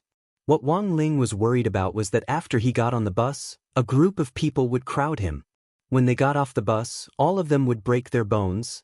Then it might trigger a butterfly effect, such as a traffic crash and so on. Perhaps this matter would even attract widespread attention. On a crowded bus, all the passengers were healthy when they got on the bus, but when they got off the bus, they all broke their bones. This would definitely become an urban legend. And most importantly, it seemed that he wasn't the only one with a problem now. Actually, Lotus Sun was just as dangerous for other people. After the girl's passive version of becoming one with the sword, her battle strength had increased substantially. This was the most powerful foundation establishment on Earth, and also the most dangerous. It was the spirit sword's instinct to protect its master. That was to say, if there really were perverts on the bus, Mysterious C's sword chi would directly be released to protect Lotus Sunday. This was the passive version of the master saving mechanism. How many people in the bus would be able to survive after the sword chi was unleashed? It probably wouldn't just be the bus. Everything within a radius of several dozen li would be severely affected. Mysterious C's sword chi was just that terrifying. And for those potential perverts, of course, they would never expect a Foundation establishment girl to be able to cause such devastating damage. For Wang Ling, life was sometimes just that bitter. But there was nothing he could do, he was already used to it. Life couldn't always be smooth sailing, and it was normal to have ups and downs. The most important thing was to learn to adapt and enjoy life. Perhaps he would be able to solve the problem of the talisman or find another way to control the unlimited growth of his body. Only then would he be able to truly enjoy life. For a moment, a myriad of thoughts ran through their minds. However, it was clear that this was not the time to be melancholic. "I've thought about it. Actually, we don't have to take transportation." Then, Lotus Sun was the first to speak. She was still thinking from Wang Ling's point of view. "I originally thought that flying a sword would also work. However, the Cultivation Culture Street has a flight restriction. The fine is a small matter, but the main problem is that it will take a lot of time." "So?" Wang Ling raised an eyebrow and looked at Lotus Sunday. "Classmate Wang Ling, how about we teleport over?" It had to be said that Lotus Sun's suggestion was on point, because it was the same as what Wang Ling was thinking. In any case, there wasn't anyone in front of number 60 High's gate right now. It would be easy to teleport to a remote area. The most important thing was that Li Yuyue, Super Chen, and Hero Guo weren't here. It was only natural that they would activate their abilities. Just do it. Elsewhere, at the intersection of the Cultivation Culture Street, Li Yuyue, Super Chen, and Hero Guo were bored to death as they sat on a bench in the square at the intersection of the street. Under the shade of a tree, Super Chen had an ominous premonition. "By the way, is this really okay? It's all about creating opportunities for Boss Sun. What's wrong with that?" Hero Guo started to play a mobile game on his phone. He didn't have the time to relax at all. Holding the number 1 account in the entire server, this feeling of being a big shot was delightful. Instead of being a big shot yourself, it's better to have a big shot by your side. "Isn't it better to cling to a big shot's thigh?" said Super Chin. "That's true. Boss Sun is now our big shot. How much pocket money do you think she gets every month?" "I think it's at least 1 million or so." This was Hero Guo's estimate, based on the benefits Lotus Sun had given them. Given Huaguo Water Curtain Group's wealth, 1 million in pocket money actually wasn't excessive. Envious. Super Chin sighed. What a pity, in the end, Wang Ling still got lucky. If Lingzi really marries Lotus Sun in the future, won't he also become a nouveau riche? Don't think too much, he might not be able to reach this step. Li Yuyue was actually a little worried. Liking, falling in love, getting married, these were 3 different things. Looking further down, liking was also divided into active and passive liking, which was liking someone and being liked. Being liked was also a secret love. After a whole semester, it had been very difficult to go from a secret love to an open love. But the problem was, these 2 still hadn't made any progress. As her bestie, Li Yuyue also felt melancholy. So the main problem was actually that piece of wood? In my experience, classmate Wang Ling is actually the kind of person who isn't easy to deal with. So it's actually very important to create more opportunities for them. Li Yuyue said, "It's already pretty good if they can confirm their relationship before graduation. I think, maybe they won't even be sure after graduation. Rong Rong might have to pursue him all the way to university and coax him for a long time before there's any hope." But how can anyone last that long? At that moment, Hero Guo stopped what he was doing and looked at Li Yuyue. After all, there had been news on the internet about celebrities meeting, falling in love, and then getting married, claiming that it was some kind of predestined love or 10-year romance. In the end, they still broke up not long after they were together. Relationships were very complicated, even if you put aside the factor of Lotus Sun's family background. It was also very rare for a girl to invest so much time in a boy. Actually, was it a boy or a girl? After a long period of chasing without any results, wouldn't they want to retreat out of despair? I don't know how long Rong Rong can last, but I definitely won't hang on to a boy. Even if I meet someone I like very much, I'll spend a year or 2 at most to pursue him. If there's no result, it means that we're not fated, Li Yuyue said. Hirogwa and Super Chen were astonished. This was actually a very long time for a girl. But this was, after all, an era of national cultivation, and female cultivators didn't need to worry about aging as they grew older. After all, there were too many ways to preserve one's looks. If you really met someone you liked, spending a year or two to pursue him was nothing. What are you talking about? Just then, a familiar voice rang out from behind the three of them. Senior Ajua? Li Yuyue was instantly pleasantly surprised. Senior, why are you here? It's business. Ajua smiled mysteriously. I'll go in first. The three of you, pretend you never saw me, got it? Okay. Senior Ajua. The three of them said in unison. Good girl. Ajua walked over with a smile and patted Li Yuyue on the shoulder. This action in itself actually didn't have any meaning. It was like a customary greeting between brothers and sisters of the same sect. But what Ajua didn't know was that this action caused the temperature on the other side of the square to suddenly drop quite a few degrees. Dressed in a black cloak, Ryoko Kamiya was sitting on a bench on the other side. She happened to see the scene between Ajua and Li Yue. P.S. Chapter 7 of Lotus Sun and Wang Nuan, Forever Young has been updated on the official account, Ku Xianjun.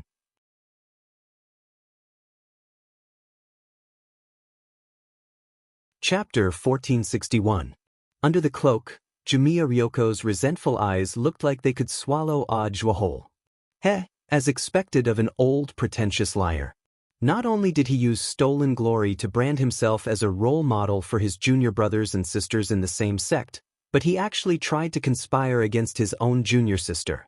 As a leader of an educational institution certified by the government, there was something very wrong with his style. Kamiya Ryoko pretended to be reading a book. There was a thick, dictionary-like book on her slender thigh. She pretended to be reading, but was in fact talking to the ghost collected in the book. Record everything? Jumiya Ryoko said coldly. The ghost she was facing now was a ghost made in Huashio Nation that had fled to Sun Island earlier and was nicknamed Pen Fairy. Yes. I've memorized everything. Pen Fairy nodded submissively. Dressed in red, she recorded what she heard on the drawing table and then directly drew what she saw. Her precision was no different from that of a digital camera. At the same time, the recorded words could be extracted. As long as the incantation was recited afterward, the recorded words would produce Ajua's own voice. As expected of the Pen Fairy, Jumiya Ryoko was very satisfied. This ghost called Pen Fairy was in fact very powerful. She had created the legend of Pen Fairy for herself and had people who believed in this legend summon her. In the name of an Immortal, she had divined the future for people at the cost of devouring yang qi and lifespan. But the truth was that such divinations had no effect at all, and were all tricks to deceive people. The most troublesome thing was that the legend of the Pen Fairy had spread all over the world, causing this ghost to commit crimes all over the world. In the end, it could even create all kinds of fake bodies to collect rent in place of the original body. The Jiogong family had paid a huge price to capture this Pen Fairy, but fortunately, they had successfully set up a trap and captured the original body of the Pen Fairy on Sun Island. After that, there was nothing else. Now, the Pen Fairy was forever sealed in the Jiogong family's ghost register and had become Jumiya Ryoko's record keeper. The Jiogong family's ghost register contained all kinds of troublesome ghosts that the family had captured since its founding. Now, with the accumulation of time, the ghosts in the main book were so strong that they could no longer be suppressed by humans.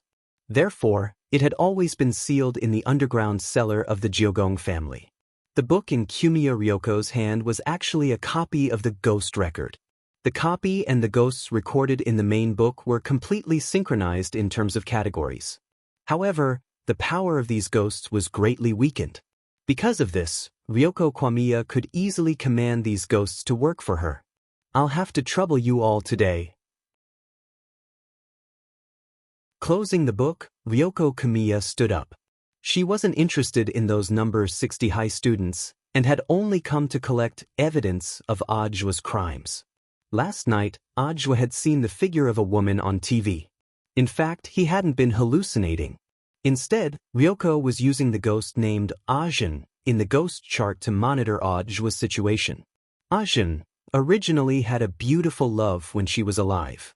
Unfortunately, because the man she loved, Ah-chang, had a change of heart, he colluded with other women to kill her. Before he died, Ajin channeled all of his resentment into the television in front of him. After that, she began to take revenge. Anyone who didn't have a TV but publicly displayed their love in front of the screen, or couples who wanted to use the sound of the TV to cover up the sound of their cars, none of them escaped Ajin's evil clutches. Furthermore, if Ajin knew that a man was dating several women at the same time, that man would die an even more miserable death. But that was all in the past. The era when Ajin fell in love with Letong was already over. Ajin was now an important intelligence agent under Ryoko Kamiya's command. She saw Ajwa get up and walk toward the entrance of the old street. Ryoko Kamiya hurriedly got up from the bench and secretly followed Ajwa. Ajwa, you never would have guessed that all your actions are under my control. She couldn't help sneering in her heart. At the entrance of the old street, Ajwa took out his smooth play card to verify his identity, and a staff member recognized him. But Ajwa just gave them a look, and they quickly understood. These were all mature staff members who had already been replaced by Old Man Sunday. Given Old Man Sun's current friendship with Ajwa, Ajwa's face still carried a lot of weight in the hearts of these mature staff members. The mature staff members gave professional smiles. Welcome to the old street. After a few steps, Ajwa's lips curled up into a meaningful smile. Are you following me? The truth was that he had already sensed something was off last night. After all, one of Ajwa's pupils had partial authority over the king's eye. Although this authority was minuscule, it was still a matter of minutes to deal with a ghost. Classmate Ryoko Kamiya, let's wait and see. For some reason, Ajwa felt that his smile was a little stiff. He pretended that he didn't know, and continued to walk forward at his own pace. He especially wanted to see what Ryoko Kamiya was going to do next. On the other side, Wang Ling and Lotus Sun teleported to a remote bush in front of Old Street Square. This was a relatively hidden location. No one had seen them teleport here. Let's go. Hands in his trouser pockets, Wang Ling looked at the girl and then stepped out of the bush. Outside the bush, a mother and daughter happened to be looking at the scene in front of them with extreme shock. If a boy came out from behind the bush like this, he might not be able to find a toilet, so he was looking for a corner to relieve himself, but a boy and a girl came out of the bush one after the other. The scene in front of them inevitably made one's imagination run wild. Wang Ling had a feeling that he and Lotus Sun might be misunderstood. What was worse was that in order to show his collarbone, Mother Wang had deliberately left all the buttons on his shirt undone. Thus, when the middle-aged woman with her daughter saw this scene, she almost immediately imagined an indescribable drama. Mom, why did Big Brother and Big Sister come out from that place? The little girl was curious. Child, don't be nosy. It's not suitable for children. The middle-aged woman's face flushed red as she pulled her daughter away. She exclaimed in her heart. Young people nowadays were too bold. In broad daylight, in the clear sky, indescribable, shameless. Chapter 1462. Outside the ancient cultivation culture street, inside a black off-road vehicle. A man in black wearing the Jiogong family's trademark purple-eyed crow emblem was using binoculars to observe Jiogong Yoshiko, who had entered the street with Ajwa. Headquarters, entry confirmed. Then, the man in black put down the binoculars and replied to the mini-transmitter on his chest. At the same time, in the huge Jiogong family residence on Sun Island. In the courtyard, which was as large as an ancient palace, a young man with lower limbs disabled was pushing a wheelchair around the cherry blossom garden. Cherry blossom petals with a light, elegant fragrance drifted down from the surrounding cherry blossom trees and landed on the young man's sleeves and thighs. The expression on his face was a little sad. Complicated emotions swirled in his heart. Even in such a beautiful scene, he still couldn't completely calm down. Behind him was a middle-aged man in samurai armor. He had one eye and looked so fierce that no one dared approach him. This was the Jiogong family's exclusive bodyguard, who was responsible for his safety as well as running some errands for him. The young man's legs were inconvenient, so the one-eyed man had to complete many tasks on his behalf. Doing this is too unfair to Yoshiko. Hideshi Jiogong frowned. Those who achieve great things must make sacrifices. Perhaps this is cruel to Miss Yoshiko, but with her around, the crippled young master will never be able to inherit the throne. The one-eyed warrior mused. Besides, Miss Yoshiko and you are only half-sisters. Miss Yoshiko is the eldest daughter of the second wife. You are the daughter of the first wife. But she's still my younger sister. Hideshi Jiogong was still conflicted. When it comes to great things, sacrifices are inevitable. The one-eyed warrior's voice was cold. Besides, it's too late for young Master Hideshi to regret it now. If you hadn't been determined to fight for the position of head of the Jiogong family from the beginning, you wouldn't have accepted my proposal. Are you talking about me, hypocrite? Hideshi Jiogong turned to look at him. No, I didn't say that. The one-eyed warrior's expression didn't change, and he just rolled his eyes in his heart. This Hideshi Jiogong had called him out early in the morning and wandered around the cherry blossom garden for a long time. For one-eyed, it was too disgusting for a straight man like him to accompany a man to see cherry blossoms. If it weren't for the fact that Jiogong Xiushi was the only son of First Madam and that First Madam had entrusted him with a task, he wouldn't have done so. He had already broken Kuga Xiushi's third leg. Jiogong Xiushi's hypocrisy was not fake at all. However, for the sake of repaying the First Madam, one-eyed could only tolerate the young man before him no matter how hypocritical he was. Everything was for the sake of the plan. At that moment, Hideshi Q heard the voice from his communication device. He looked at the one-eyed man. It seems that everything went smoothly. Yoshiko has already gone in. Understood. It was a rare opportunity for Miss Yoshiko to act alone. This time, we definitely won't fail, the one-eyed warrior said. Can it really unseal the ghost record?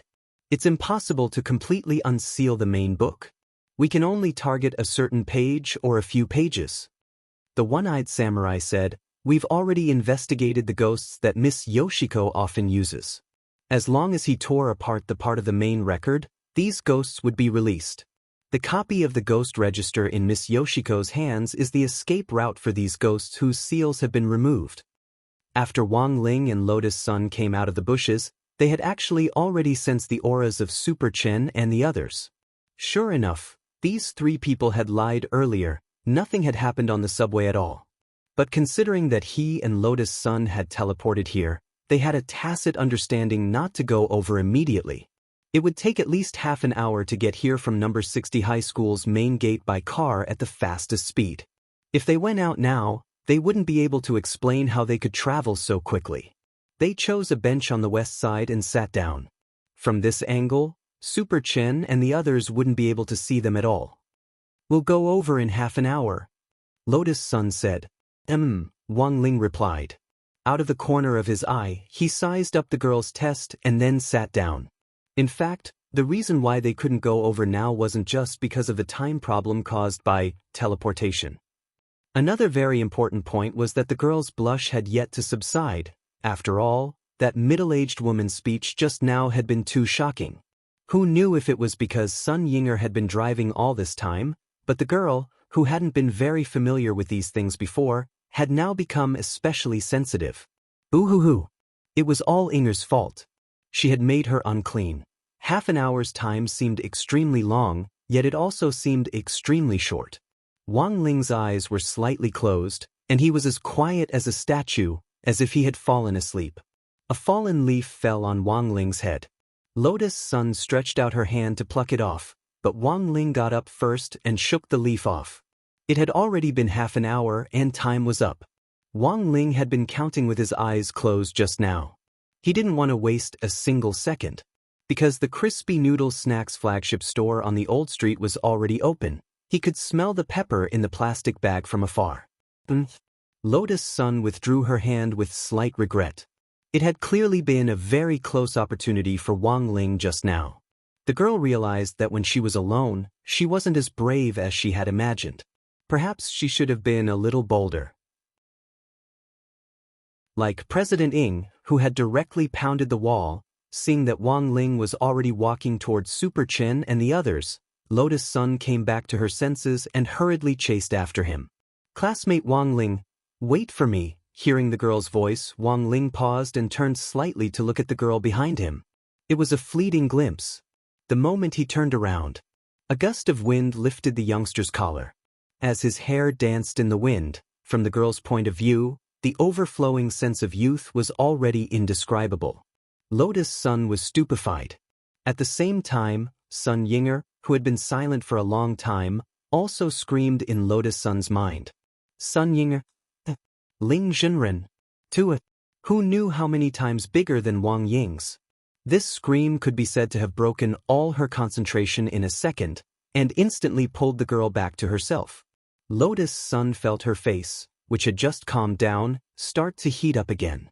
In the distance, Hirogua and the others waved in greeting when they saw Wang Ling and Lotus Sun coming in their direction. To be honest, they had thought they would have to wait for another half an hour. How did you get here? That's too fast. Hirogua was incredulous. Half an hour is indeed fast. Don't tell me you teleported?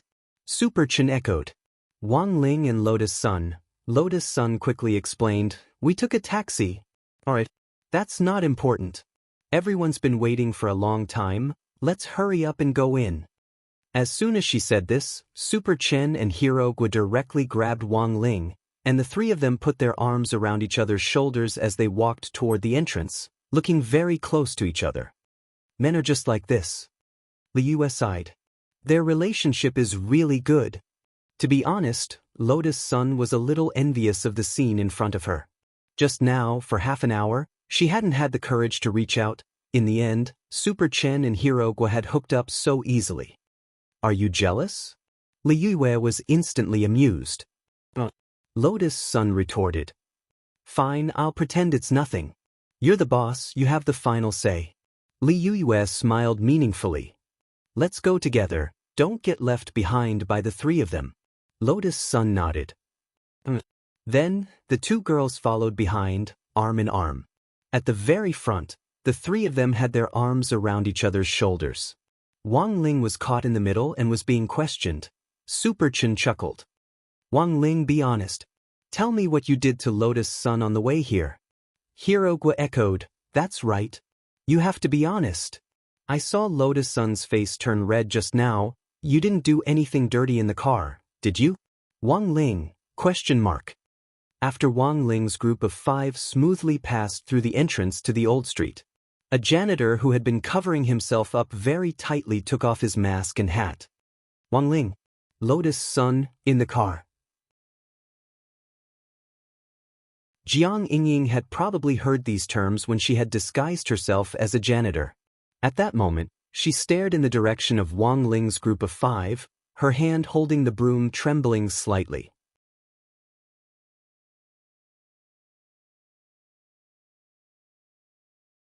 Chapter 1463. It took Jiang Yingying several minutes to digest the scene in front of her. Her mind was a mess of envy, jealousy, and a little bit of hatred. All kinds of emotions mixed together like spilled seasonings, leaving Jiang Yingying with mixed feelings. It was a pity that she hadn't met Wang Ling earlier. If only she could have known him earlier. There was no way that this rich young miss could be so familiar with Wang Ling. Of course, she wouldn't give Lotus Sun any chance. Fortunately, it wasn't too late now. After all, according to Jiang Yingying's own inquiries, Lotus Sun and Wang Ling hadn't officially confirmed their relationship yet. That was to say, she still had a chance. She had begged the sanitation workers in the area for a long time to get the clothes for the staff. It was not easy for her to get it. The sanitation supervisor had fiercely refused her first. She acted cute. Refused again. Continued acting cute. When she refused for the third time, Jiang Yingying said, "My grandpa is Jiang Baoxing." She then took out her phone and flashed a cute photo of herself and Marshal Jiang. The supervisor's expression instantly changed, and he handed over the clothes on the spot. Jiang Yingying thought that she must have been too cute. This move had always been very useful. She went to the public women's restroom near the square and changed into a new set of clothes. Jiang Yingying wore a mask and sunglasses, and quickly used a hair dye to change her hair color so that she looked like a foreign girl from the Western world. Then, she carefully put away the sanitation worker's clothes. When the matter was over, she would be responsible for returning the clothes to the sanitation worker. At that moment, the fake boyfriend had arrived. Wei Ji was wearing a peaked cap and was also standing at the door tightly. Jiang Yingying had begged him to come here last night. Pretending to be his girlfriend, she wasn't really his girlfriend, so what was the point? The point was, for Wei Jiang Yingying could only be considered his little sister. If it wasn't for Marshal Jiang mentioning her all the time and looking for him several times about spirit beasts, there was no way Wei Ji would have anything to do with Jiang Yingying. And the truth was that Wei Ji didn't need a girlfriend. He felt that he was already too busy taking care of his domesticated spirit beasts. Spirit beasts were simple and could act cute. They didn't have as many complicated thoughts and schemes as humans. In a sense, Wei Ji felt that spending a lifetime with a spirit beast was not a bad choice. Brother Wei Ji, I'm counting on you. Jiang Yingying pressed on Wei Ji's shoulder, her eyes blazing. Wei Ji wasn't very tall. He was only a little taller than Jiang Yingying, but from afar, they did look like a couple. I know. Wei Ji pressed down on his hat, his expression slightly awkward. If it wasn't for Marshal Jiang, he wouldn't have come. Moreover, this mission was actually very dangerous for Wei Ji. Because apart from Liu Yue, he knew everyone else from number 60 high. Furthermore, Wang Ling was his good brother and Loopy Toad's master. Let's go, brother Wei Ji. They all went in. At this moment, Jiang Yingying's sweet voice interrupted Wei Ji's thoughts. She took the initiative to hold Wei Ji's hand and pull him forward. Yingying, slow down. Wei Ji had no choice but to follow the girl's footsteps. The two of them walked in the direction of the entrance. Wei Ji was still a little puzzled by Jiang Yingying's sudden visit. But I still don't understand why you're looking for me. Originally, I wanted to look for Brother Yi. But isn't he still being treated in the hospital? He hasn't recovered yet? I heard that he's recovered a little. He can get out of bed and walk normally, but he's a little afraid of seeing sharp objects. Wei Ji was stupefied. An outstanding spirit sword user was actually afraid of seeing sharp objects. It seemed that Yi Jiang had indeed suffered a huge blow after his duel with Lotus Sunday. Wei Ji had also been paying attention to the 9 Dragon Mountain competition. Later, he had heard about Yi Jiang's psychological trauma, but he hadn't expected it to be this serious. Then what should we do in the future? Wei Ji asked. It seems that he can only overcome this obstacle on his own. There's no other way. Taking a break is actually good for his recovery. Brother Yi was quite happy when I said I would go to Old Street and ask him for help, said Jiang Yingying. And then? Then I said that Lotus Sun would also come here. He was so scared that his legs turned to jelly. So, I'm just a spare tire? Of course not. If this doesn't work out in the end, then I'll be with Brother Wei Ji. Jiang Yingying said coquettishly. She knew that Wei Ji had absolutely no such thoughts. Hee. Wei Ji shook his head with a wry smile. I'm telling you, I'll only help you this once. As he spoke, he reached out and gently wrapped his arms around the girl's waist. Then he and Jiang Yingying passed through the entrance of Old Street. Since he was pretending to be her boyfriend, it was important to act like it. As for being Jiang Yingying's real boyfriend, Wei Ji didn't even dare to think about it. After all, Marshal Jiang was still giving him pressure. At that moment, a man in a black windbreaker followed Wei Ji and Jiang Yingying into Old Street. He had a smooth travel card and didn't need to verify his identity. He kept a considerable distance from Jiang Yingying to avoid being discovered. When he heard that Jiang Yingying was going to ask someone else to pretend to be her boyfriend, he was still worried and decided to come and take a look himself. From his movements, this man in a baseball cap seemed to be very familiar with Jiang Yingying. When the girl took the initiative to hold his hand and walk forward, Jiang Shaoqi felt his heart twitch. Jiang Shaoqi felt his heart twitch, and he felt an inexplicable pain in his heart. When he saw Wei Ji reach out and wrap his arms around Jiang Yingying's waist, Jiang Shaoqi felt like he was going to faint. Where did they find this old pervert? Jiang Xiaoche gritted his teeth as he watched. He wanted to rush forward and separate the two of them. Jiang Xiaoche took a few deep breaths and tried his best to calm himself down. His mission today was to ensure the girl's safety. It was only Lolan's waist, and the girl was willing to do it. As an outsider, he naturally had no right to interfere. He needed to keep track of this fake boyfriend to prevent him from doing anything improper.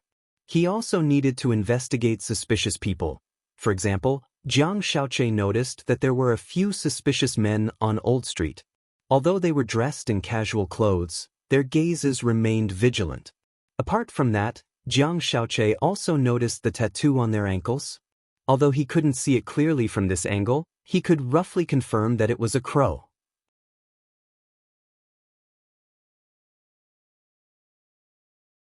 Chapter 1464. Jiang Xiaoche remembered that he had seen this crow pattern somewhere before, and it had felt familiar at first glance. His mind quickly searched through his memories, and while he was doubtful, he used his phone to search for the keyword Jiogong on the internet. Then, the Jiogong family's iconic purple-eyed crow emblem appeared on Jiang Xiaoche's phone screen. It was actually a pop-up advertisement. The Jiogong family emblem filled up half the screen of Jiang Xiaoche's phone, and below it was the slogan, "Professional Exorcism, a century-old brand." It's indeed the Jiogong family's emblem, Jiang Xiaoche muttered to himself as he stared at his phone. What were these people from the Jiogong family doing on this old street? And it looked like they had their eyes on Jiang Yingying. Jiang Xiaoche felt that there was something fishy about this. After returning home yesterday, he had reorganized the information on Jiang Yingying. As the girl had said, she was indeed the granddaughter of Battle Saint Marshal Jiang. Jiang Xiaoche had spent a long time carefully going through Jiang Yingying's information from top to bottom. He knew her height and 3 measurements very clearly, and still remembered them deeply. He didn't remember seeing any interaction between Jiang Yingying and the Jiogong family. Let's observe them first. Jiang Xiaoche frowned as he watched this group of people from the Jiogong family follow Jiang Yingying and Wei Ji, pretending to stare at their phones as they silently tailed them. Today's old street was indeed livelier than Wang Ling had imagined. In addition to them, Audiobook had come here at Wang Ling's request. But Wang Ling hadn't expected Jiogong Ryoko to come here. Apart from Jiogong Ryoko, there were also the auras of Jiang Yingying, Wei Ji and Jiang Xiaoche. Wang Ling knew all of them. No matter how deeply they hid their auras, they couldn't escape Wang Ling's perception. Wang Ling felt a little tired. It seemed that everyone had come on this trip with ulterior motives, and it could be said that they each had their own ulterior motives. But everything else wasn't a big deal. What Wang Ling was more concerned about now were the people from the Jiogong family who had been following Jiogong Ryoko. As soon as they entered the old street, Wang Ling had already noticed this group of people sneaking behind them. Soon, it was confirmed that these people were actually following Kwamiya Yoshiko. Furthermore, he purposely kept a long distance away, afraid that he would be discovered. Logically speaking, as a young mistress, it was reasonable for the Kyuko family to send people to protect her in secret. However, this group of people was obviously not Kwamiya Ryoko's bodyguards. Although they were both from the Q family, they did not come with the intention of protecting Q Ryoko. Each of them was concealing their killing intent, as if they were preparing for something. These were the top experts of the Jiogong family, and it was very difficult for ordinary people to detect the hidden killing intent on their bodies. This was also one of the reasons why he had set his sights on this group as soon as he had entered the old street. Of course, the current situation was actually very interesting. The reason for that was because the people from the Jiogong family did not realize that they had been exposed. What's more, they didn't know that there was another man staring at them from behind. "I'll warn Audiobook first," Wang Ling muttered in his heart. He didn't even take out his phone. Instead, he put his hand in his trouser pocket and swiped open the screen. Relying on his skilled operation, he quickly tapped on the screen. Just like that, a specially edited text message was sent to Audiobook. To an outsider, Wang Ling had just put his hand in his trouser pocket, and there was nothing unnatural about it. In short, it was better to focus on the matter at hand first. Wang Ling looked very relaxed, but in fact he had never let down his guard. In addition to the complicated situation behind him, He also noticed that a lot of people were looking at him at that moment. A lot of shopping girls whispered to each other as they passed by him. "Hey, that boy with single eyelids looks quite interesting." Indeed. White shirt. And a kind of ascetic style. The point is, isn't this the face of my ideal first love? Although these girls spoke very quietly, Wang Ling could still hear them clearly. It was no wonder today Mother Wang had dressed him up so well that he really stood out. It would have been better if he had worn ordinary clothes. But it actually didn't matter if he was seen, because the great shielding spell had already been upgraded. These girls might still be talking about him now, but they would soon forget about it. At this moment, the great shielding spell had a new function, Fate Dao intersection. That was to say, apart from malicious investigations, Wang Ling was now blocked. Passers-by who wouldn't have any deep interactions with him in his life would quickly forget what he looked like even if they saw him. It was like a dream. No matter how mysterious the dream was, most people wouldn't remember what they had dreamed of after waking up for a while. So where on earth are we going? Super Chen looked somewhere. I think that's a good place. It was an ancient cold weapons shop with the words, "Milord, times have changed," written on the signboard. Cultivators in the old era didn't have such powerful magic weapons and didn't incorporate the wisdom of modern science. Moreover, it didn't incorporate the wisdom of modern science, and this cold weapons shop only introduced cold weapons commonly used by cultivators of that era. They were very cumbersome, and a lot of spirit energy was needed to increase the power of the magic weapons. This shop has tours and activities.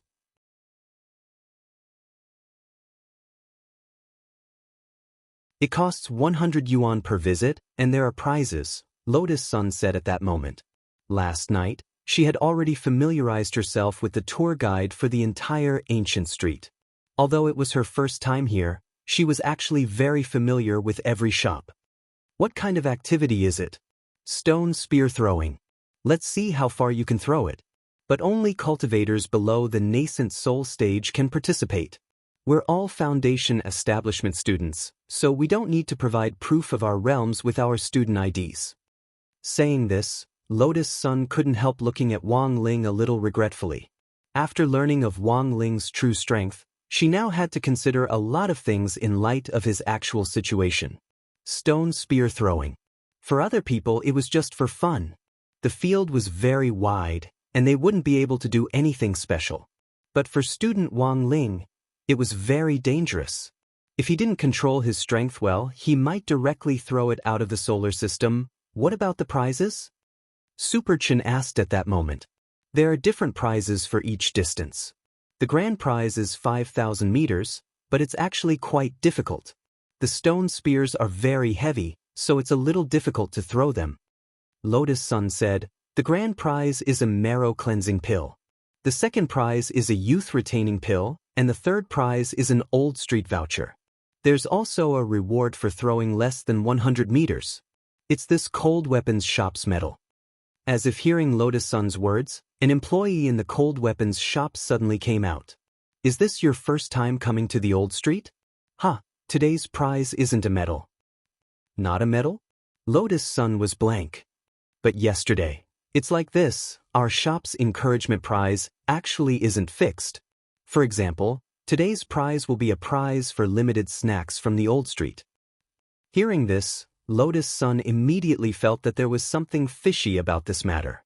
Logically speaking, if that was the case, the Platinum Strategy Guide that she had read shouldn't have missed such details. This is an event organized by our shop in conjunction with the Crispy Noodle Snacks flagship store next door. You can use the prize voucher to draw a prize in their shop. If it's your first time here, you can have a free trial vote. At that moment, the shop assistant gave a meaningful smile. Why would a cold weapons shop like yours specially cooperate with a snack shop? Apart from being a snack shop, we're also a shop with sports programs, aren't we? Since it's sports, there will be consumption. It's reasonable to use snacks to replenish energy. The shop assistant replied, a cold weapons shop without crispy noodle snacks is like losing the starting point mentioned in this chapter. It has no soul. Hearing this, Lotus Sun instantly felt that things had become even stranger. Apart from the core members of Battle Sect, she was the only one who knew that student Wang Ling liked crispy noodle snacks. The only possibility left was Grandpa.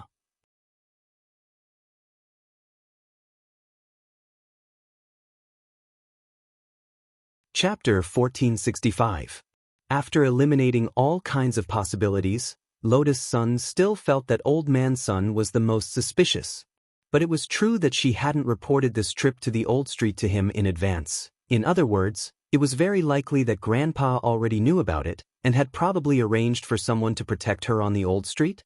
But when she had walked down the old street just now, Lotus Sun hadn't seen any other suspicious characters. Then, given Grandpa's temper, it was very likely that he had replaced the staff on the old street with her. To be honest, Lotus Sun's mood was quite complicated at the moment. Of course she knew that this was Old Man Sun's love for her. Grandpa had always done this since she was a child. But no matter how tough his wings were, they couldn't protect a young chick for a lifetime. She had already grown up, and the feeling of being followed by bodyguards all the time actually didn't feel good. No matter what she did, it felt like there were thousands of eyes watching her.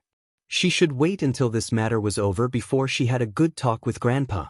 Lotus Sun thought to herself. Her mood hadn't been ruined by this little episode. After all, this was Grandpa's kind intentions for her. In fact, Lotus Sun's intuition was soon verified.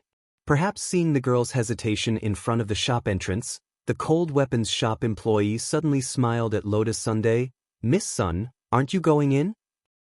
The corner of Lotus Sun's mouth twitched. She clearly hadn't revealed her name. How did this little brother know that her surname was Sun? He was obviously someone from Huagua Water Curtain Group. But the simple-minded little brother actually didn't realize that he had let the cat out of the bag. Lotus Sun didn't see through him either, and pretended to know nothing as she followed him into the shop. In the cold weapons shop, Super Chen's result was already out in front of the huge stone grass throwing field. He had sworn that he could take first place. In the end, when he threw, he realized that the stone grass was too heavy. He hadn't used his explosive power at all. His final result was 96 meters. Congratulations on winning the encouragement prize. A female staff member smiled as she handed over the prize ticket. On the side, Wang Ling looked at Super Chen enviously. Next, it was his turn. "It's a very heavy, Wang Ling, be careful." Super Chen then handed him the new stone grass from the shelf on the side. It was as heavy as a feather. So, was it really heavy? Wang Ling felt nothing at all. Even if he threw it lightly, it would at least cover the distance between the earth and the sun. Things were not looking good. He had to think of a way. He held the spear in his hand and assumed a standard throwing posture. He pulled his right arm back very far, and a gust of wind swept through the room, lifting up his white shirt to reveal the beautiful curves and contours of his body. His abdominal muscles were faintly discernible, and his mermaid line was just right. Lotus Sun had just entered when she saw this scene, and her cheeks instantly burned. In fact, this was also within Mother Wang's calculations. Wang Ling had actually put on a little weight recently, and there was a lot of flab on his belly. But Wang Ling had the great weight loss spell, and it was no problem at all for him to directly remove some meat by hand. So before they left, Mother Wang had asked Wang Ling to show off his 8-pack abs, and had even shown him a photo of Dragon Ball. That's right, Super Saiyan. Just develop in this direction. Wang Ling felt that an 8-pack abs was too exaggerated. In the end, this plan was just to get rid of the excess fat on his body. Little did Wang Ling know, this actually made him even more eye-catching. Even Li Yue was amazed when she saw it, and she couldn't help elbowing Lotus Sunday. "Hiske, this body is simply, how can a boy's body be so good?" She felt that any girl would be envious. Because the truth was that sometimes reality was just that real. Some boys' legs might be even slimmer than girls, and it was entirely possible that this was true. Fortunately, Wang Ling wasn't too tall now. After all, he was a 16-year-old boy who hadn't fully developed yet. If he grew a little taller, Li Yue judged, he would definitely become a chopstick demon. "Ai, what a pity, the famous grass is taken." Li Yue was extremely envious. She envied Wang Ling and Lotus Sunday. Lotus Sun blushed. "Don't talk nonsense, you can do it. You're probably the only one who has the patience for this kind of blockhead. If it's me, I can give it a year or two. If I don't get a response, it'll probably be hard for me to persevere, said Liuyue. In the end, the topic returned to the keyword, blockhead. Lotus Sun's face was full of helplessness, and she smiled bitterly. How long do you think I'll have to wait? Buy a book for reference, answered Liuyue. Which book? Asked Lotus Sun curiously. On protracted war. As Liuyue said, it might take a lot of time and energy to turn this unrequited love into a long-distance relationship. For Lotus Sun, this was a game with blockhead Wang Ling. The girl looked up at the youngster in front of her. It was very obvious that the youngster was also playing a game with the stone reeds in his hand. At the same time, at the corner of the street in front of this cold weapons shop, Ajwa was also secretly playing a game with Kyuya Ryoko. As the saying went, as long as you took a gamble, a bicycle could become a motorcycle. Youth without a game wasn't youth. Sometimes, young people should be a little bolder. Ajwa had originally wanted to tease Kyuya Ryoko a little more, and then observe the girl's cute reaction. But the situation now didn't seem to allow it, because he had received a prompt from Wang Ling. Although he didn't know what the Kyuya family's purpose was, this was a hint from his Shifu Wang Ling. But since it was a hint from his Shifu Wang Ling, Ajwa felt that he most likely couldn't add it. It was very likely that Kyuya Ryoko would run into some danger. After turning the corner of the alley in front of the old street, Ajwa quickly hid himself. Sure enough, the girl in the black cloak tailed him the whole way. The moment Kyuya Ryoko stepped into the alley, Ajwa swiftly picked her up, pressed her against a wall, and covered her mouth with his hand. The girl had never expected that she would actually be discovered the entire way. She immediately wanted to cry out in alarm, but saw Ajwa make a shush gesture with a solemn face, and then gradually let go of her. Ajwa, sorry, it was an emergency.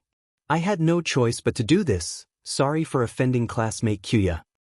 What on earth do you want? Kyuya Ryoko had a disgusted expression on her face. Classmate Kyuya, are you going out alone today? Ajwa asked softly. It's none of your business, why should I tell you? Kyuya Ryoko snorted arrogantly. She just wanted to find a place to wash her face, because her mouth had been touched by this swindler's hand. Because there are people from the Kyuya family following you. And they're wearing casual clothes, Ajwa said solemnly. People from the Kyuya family? The girl looked astonished. Her expression actually betrayed her. It was obvious that she hadn't brought anyone from the Kyuya family with her today. At that moment, Ajwa, who had gotten his answer, looked at Kyuya Ryoko and nodded slightly. I understand. Understand what? Kyuya Ryoko was puzzled. I'm afraid the group of people following you now are the enemy, Ajwa said. But for the time being, we don't know what their objective is. Classmate Kyuya, do you have any idea? I don't know. Kyuya Ryoko shook her head. It stood to reason that if the Kyuya family had secretly sent people to protect her, it would be impossible for them to hide it. So before we know what they're up to, I suggest that classmate Jumiya Ryoko come with me. It's safer that way, Ajwa said solemnly as he started to take Jumiya Ryoko's hand. What are you doing? Who wants to hold hands with a swindler like you? Kyuya Ryoko panicked. Who knows if you deliberately arranged for those people to play tricks on me? She tried to break free, but Ajwa's broad and strong hands held her firmly like pliers. Classmate Kyuya, there's no time to explain. You have to come with me. At that moment, Ajwa looked at Kyuya Ryoko with a serious expression. For a moment, Kyuya Ryoko was stunned by his serious expression. Her mind went blank as Ajwa directly pulled her out. The man held the girl's delicate hand tightly, and she could feel the heat in her palm, which was faintly sweating. Kyuya Ryoko was extremely astonished. This man really seemed to be nervous about her.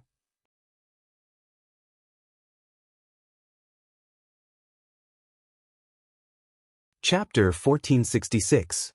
Amidst the chaos, Ajwa pulled Kamiya Ryoko out on the spot. She was a little frightened by Ajwa's behavior.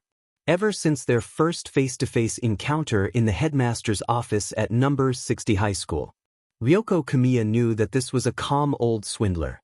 Even now, the old liar's expression and pulse had not fluctuated in the slightest.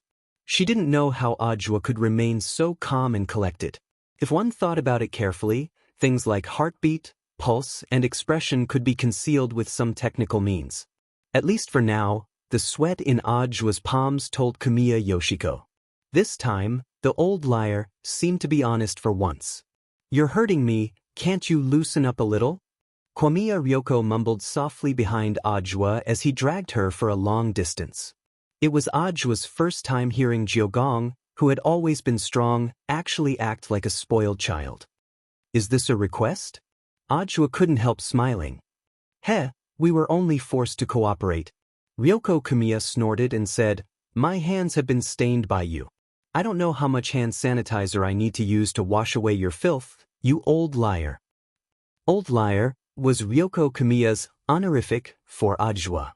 After hearing this, Ajwa actually didn't feel much about it. He didn't even feel uncomfortable. Because what Kamiya Ryoko said was indeed the truth. "Sorry, it was an emergency just now. I didn't have time to explain to you." He loosened his grip and continued to pull Kamiya Ryoko forward. The two of them stood side by side and looked like a couple. Many people on the ancient street looked in their direction. It seemed that some people were talking about them. This was too shameful. Ryoko pulled her cloak down a little. Never in her wildest dreams did she expect that she and the old liar beside her would be misunderstood by others. What a disgrace. "Where are you taking me?" Ryoko Kamiya asked. "Let's go to an open space first. I remember there's a Taoist temple up ahead," said Ajwa. "Why go there?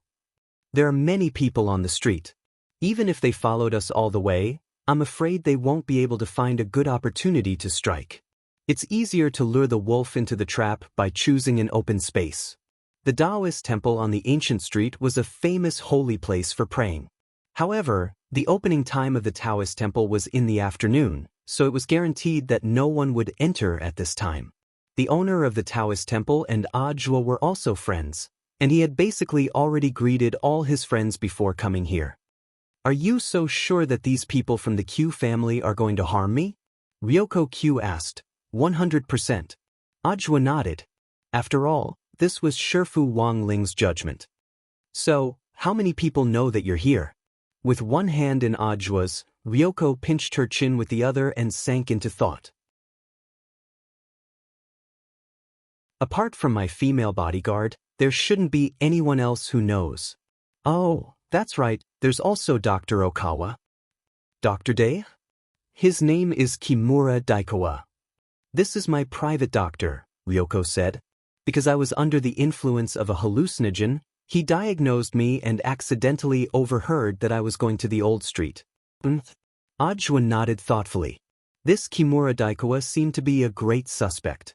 But he didn't have any direct evidence at the moment. In fact, Ryoko was a little unhappy when she heard Ajwa's question. "You make it sound like there's a mole in our Q family. Isn't that the case?" Ajwa replied. "You?" Ryoko snorted again. "The people I brought with me this time were all carefully selected. They wouldn't betray me so easily. Do you think everyone is an old liar like you? We'll find out later whether or not there's a betrayal." Ajwa smiled and didn't continue arguing with the girl. Because facts spoke louder than words. At that moment, the two of them could already see the plain and unadorned Taoist temple built on the hillside of the old street several hundred meters up the slope in front of them. "One last question." At that moment, Ajwa asked, "Did you send the female ghost in the TV yesterday?" Ajun had actually been discovered? Hearing Ajwa's question, Ryoko's heart suddenly thumped. She hadn't expected this old liar to be so capable, and immediately sneered. "So what if I am? You actually sent a female ghost to spy on my life. Don't tell me you like me?" Ajwa laughed. "Who likes you?" Ryoko blushed at the question, and it wasn't clear whether she was angry or shy. Ajwa felt that it wasn't easy to tell if Ryoko was blushing. Because most of the time, this hot-tempered and Sundra Missy's blushing usually meant that she was angry. "I was spying on you. To collect evidence of your deception." Ryoko repeatedly explained why she had sent the female ghost, which was very much like a cover-up. She was like a hedgehog with its hair blown up, or a small porcupine. She assumed a super fierce posture. But in Ajua's eyes, for some reason, he felt that Ryoko was a little cute. But now wasn't the time to tease the girl. Ajua could only apologize. It was just a joke, don't take it to heart. Of course I know that classmate Ryoko is a righteous anti-counterfeiter. That's more like it. Sure enough, Ryoko's mood calmed down a lot when she said this. He was worried that if he continued to tease her, she would really explode, which wouldn't be good for the current situation. The two of them walked up to the door of the Taoist temple, which was actually open. Because they had been notified in advance, the head of the temple hadn't bolted it. According to Ajua's initial plan, he had planned to go to the Taoist temple and confess to the old locust tree covered in red ribbons. He had even thought of what he would write on the red ribbons in advance. According to the original plan, Ajua knew that Ryoko would tail him. Thus, she would definitely see the words, Ryoko, I like you, written on the red ribbons. Then he just needed to quietly hide on one side and wait for the hidden camera, which he had prepared beforehand, to record the girl's reaction. But now, the plan couldn't keep up with the changes. His wish had come to nothing. In any case, as long as Ryoko was still at number 60 high, he would have plenty of time to tease this girl. He wasn't in a hurry. Outside the Taoist temple, Ajua led Ryoko inside. The Ryoko family's stalkers were indescribably shocked. Because this was a Taoist temple famous for couples praying for blessings. When did eldest miss and this guy develop to this point? The Ryoko family people were puzzled. Forget it, it has nothing to do with him no matter how far this Ajua develops. Our mission is to make her disappear. Then what about this Ajua? Didn't I say he's a liar? He doesn't have any real ability. Given our battle strength, it's more than enough to get rid of the two of them. The man in the lead sneered. He wore a black ear stud and was the commander of this operation. After killing them, put their bodies together, and it's best if they're hugging each other. This way, the reputation of eldest Miss Ryoko's line in the family will be completely destroyed.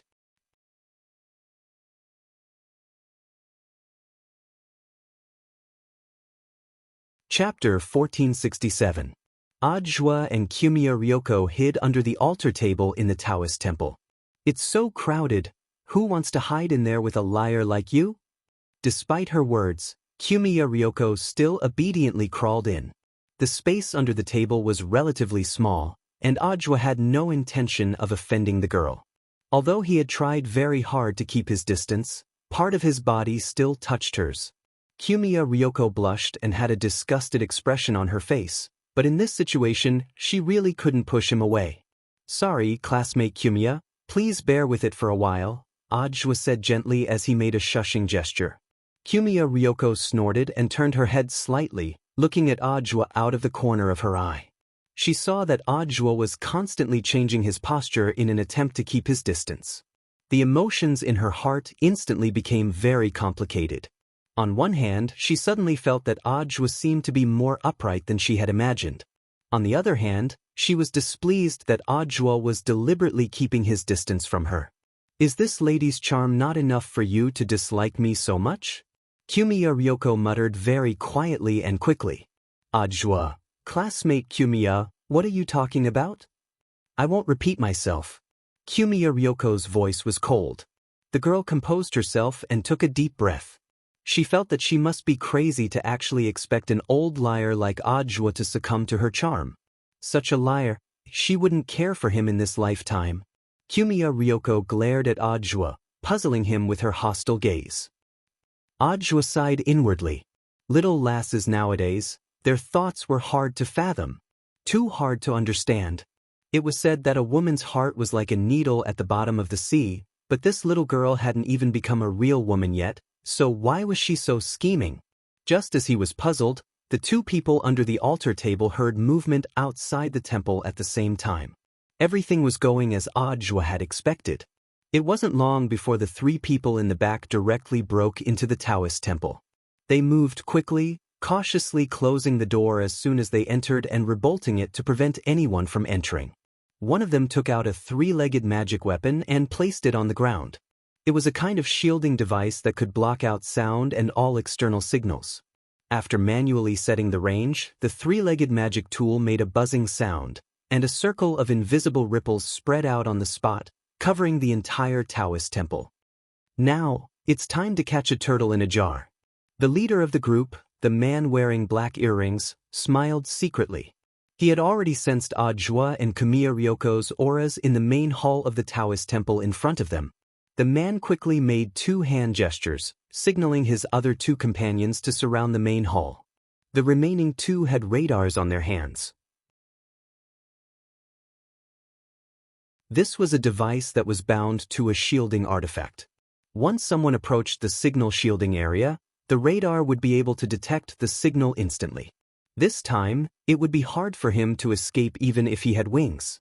The man with the black earrings stood in front of the main hall in a generous manner. He folded his arms and put on a posture of goodwill.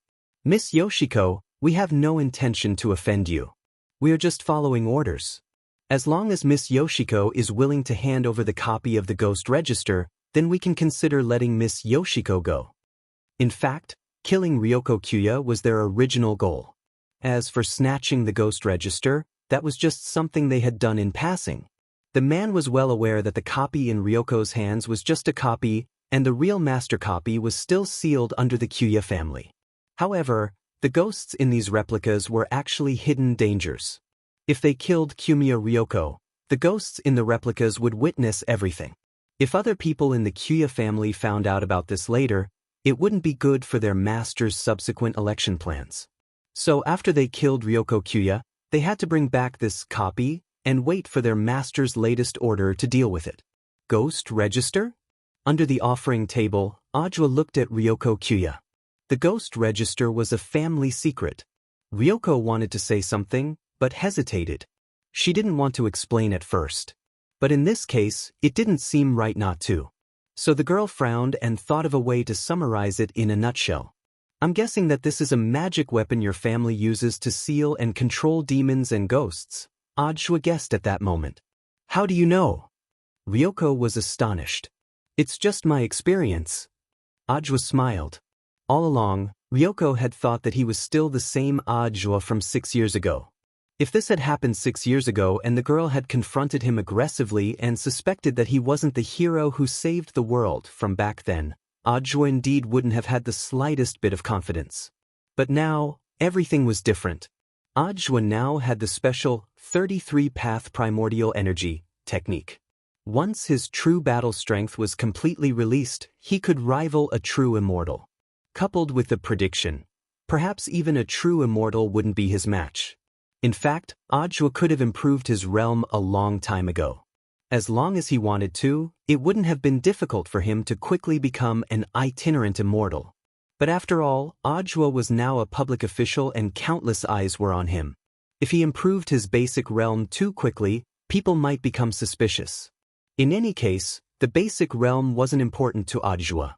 His battle strength had already surpassed that of a regular cultivator on Earth. On the contrary, his current basic realm gave him an excellent cover. Like the three people outside the Taoist temple, they had always thought that he only had the battle strength of a golden core cultivator. At that moment, Ajua was thinking. Kuya Ryoko was also trying hard to figure out who on earth had sent the people outside the Taoist temple. She muttered, "It seems they probably aren't from Shioshi's side." Ajua, Shioshi? Kuya Ryoko, Kuya Shioshi, the only son of my father's second wife, and also my second younger brother. I remember him a little. Is he the disabled child mentioned in the news? Asked Ajua. He had investigated the Kuya family beforehand. Such a large family would always have a lot of tidbits of news. That's right. My second younger brother is disabled, but I've always thought it was a cover-up. So I've been keeping an eye on him. But now I can be sure that he wasn't the one who sent the people outside, said Kuya Ryoko. Why are you so sure? I can't tell you that. It seems that you're quite hated in your family. Ajua couldn't help laughing. Actually, I know it even if you don't tell me. Kuya Ryoko, ? Ajua, I think your second younger brother should also have a copy of the ghost book, right? In that case, there really isn't a need to snatch it. Kyuya Ryoko, how did you? Ajwa pointed to his head. I also rely on my brain to make a living. I'm essentially different from those big-breasted, brainless women. Kyuya Ryoko's face darkened. What do you mean? Ajwa laughed again. Classmate Kyuya, don't get agitated, you don't have one. As soon as he said that, Ajwa heard Kyuya Ryoko gnashing her teeth. Then the entire altar, the whole Taoist temple seemed to shake slightly. Classmate Kyuya, I was just joking, there's no need to be like this. Ajwa hurriedly apologized. The girl's expression was also particularly astonished. It wasn't me. She hurriedly took out her copy of the ghost book from under her cloak. She was astonished to find that this astonishing and abnormal energy fluctuation was actually coming from this copy of the ghost book. What's going on? Kyuya Ryoko was so frightened that her little face turned white. She had never encountered such a situation before, and for a moment she was at a loss. Danger! Out of instinct to judge danger, Ajwa immediately snatched the copy of the ghost book and threw it out with great force. Outside the Taoist temple, the leader of the men with black ear studs saw something that looked like the ghost book fly out, and hurriedly reached out to catch it. He hadn't expected this young lady to be so straightforward. But even so, the leader stroked the ghost book in his hand and smiled coldly. Even so, Kyuya Ryoko still had to die. However, just as the man was about to attack, the ghost book in his hand suddenly let out an ear-piercing shriek, like the roar of a witch, which made his ears go numb. In the next moment, a thin woman in red clothes appeared in front of him like a ghost. Black hair cascaded down like a waterfall, and her mouth was smeared with bright red lipstick, with traces of blood dripping from the corners of her mouth. She looked particularly ferocious. Pen Fairy, the man looked at the woman in front of him in astonishment, and recognized at a glance that this was the powerful female ghost that the Kyuya family had sealed in the ghost book. He instinctively wanted to escape, but at that moment, he was stunned to find that he couldn't move his body. Don't. The man was so frightened that he had already lost control of his bowels. The Pen Fairy approached him step by step, and with each step, a demonic wind blew in all directions.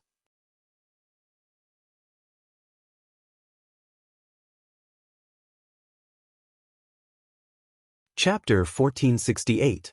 Devouring life force was the Pen Fairy's ability. Her fingernails dug deep into the man's chest. Meanwhile, the man's body was like a punctured balloon, shriveling at a speed visible to the naked eye. The remaining two men were standing elsewhere, but they found that they couldn't move either. The Pen Fairy's resentment was so strong that it created a suffocating pressure. Kyuya Ryoko looked at this scene in shock. The ghost record replica was actually going berserk. This was something that had never happened before. Because the Pen Fairy in the main record was suppressed, most of the Pen Fairy's demonic nature and resentment had been suppressed, so the Pen Fairy in the replica was greatly weakened.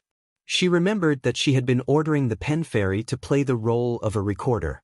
The girl couldn't help but feel fear. If it wasn't for Ajwa's quick reaction, she would have died in the Pen Fairy's hands just like this man. Miss Kyuya, things are already like this. We have to stop the situation as soon as possible. You can explain the rest to me in detail after we're done, Ajwa said. He released some spirit energy from his fingertips to protect Kyuya Ryoko so that the girl wouldn't be disturbed by the Pen Fairy's resentment. At that moment, Ajwa discovered Kyuya Ryoko's silly side. This was something he had never seen before. This icy young lady, who had been acting like she had victory in her grasp, would probably only activate such an attribute when she was panicking. It wasn't the right time to discuss this. But the heartbeat of the fake heart ring on Ajwa's finger was clearly speeding up. Ryoko was really too cute. What are you doing? Saving people, Ajwa replied. But that's a bad guy, he deserves to die. He knows what happened, so he has to live. Ajwa stepped forward. The girl behind him pulled him back with an anxious look in her eyes. You're just a golden core cultivator, why are you acting cool?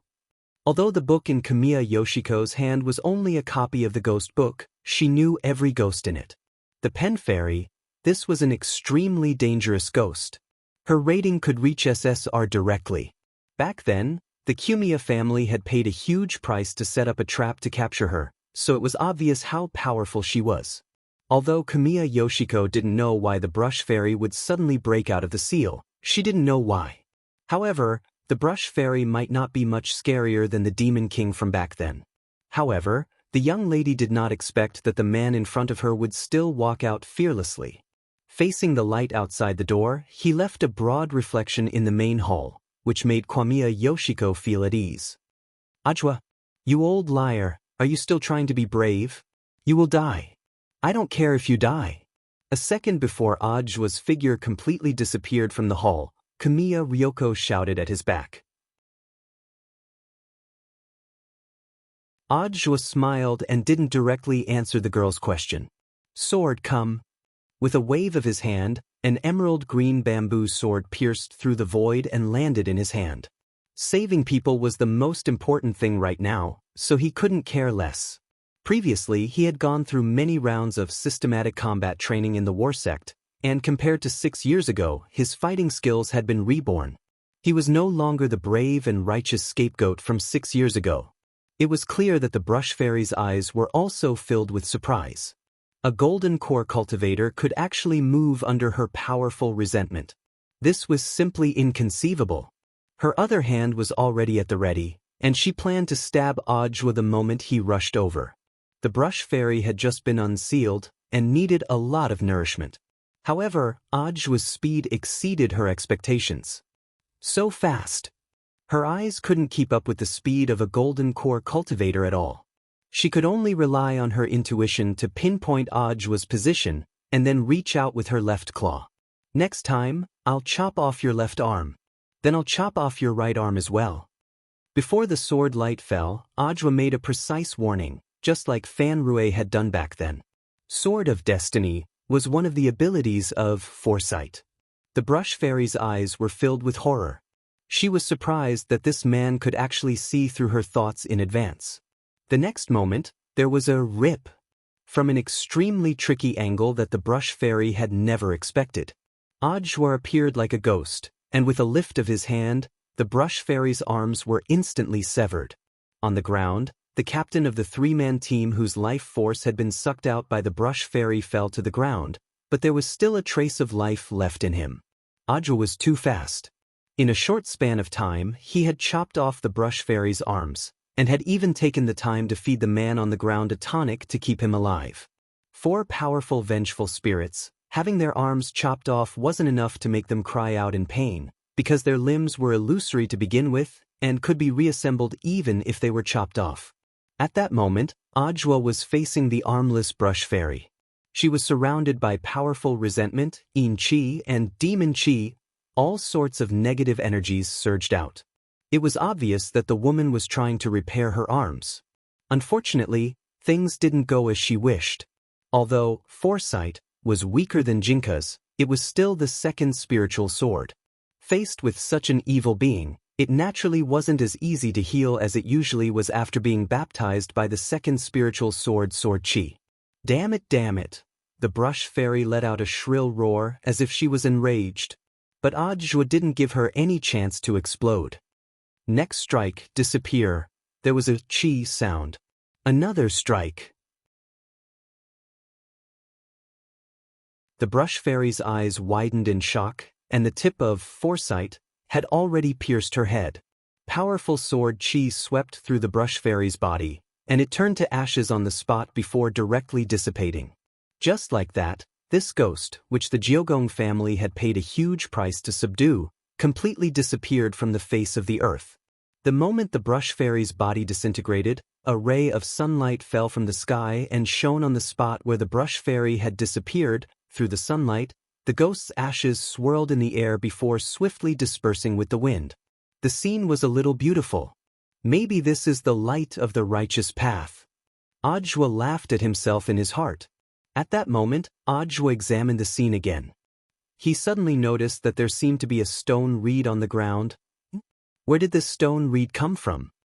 Ajwa picked it up, feeling curious. In fact, the moment Ajwa killed the brush fairy, there were other ghosts that were released from the copy of the Book of Ghosts. They had planned to sneak up on Ajwa from behind. But before they could do anything, a stone reed that seemed to have fallen from the heavens appeared out of nowhere and pierced through them like candied fruits. Because they had died so quickly, Ajwa hadn't noticed it at all. The brush fairy had at least left some ashes behind, but there was no trace of these ghosts that had been skewered by the stone reed. Squatting on the ground, he suddenly couldn't help laughing. It didn't take a genius to figure out that this should be the work of his master. At that moment, Jiogong Ryoko walked out of the hall with wide eyes. She had just witnessed everything in the main hall. Ajwa. What's wrong? Ajwa smiled. I told you I'll be fine. But you're just a golden core cultivator. As long as I find the right method, a golden core cultivator can still win. Ajwa shrugged carelessly, then carefully looked at Jiogong Ryoko in front of him. Classmate Jiogong, are you really okay? Your eyes are red. Did you cry because you were worried about me just now? I wasn't worried about you. Jiogong Ryoko snorted.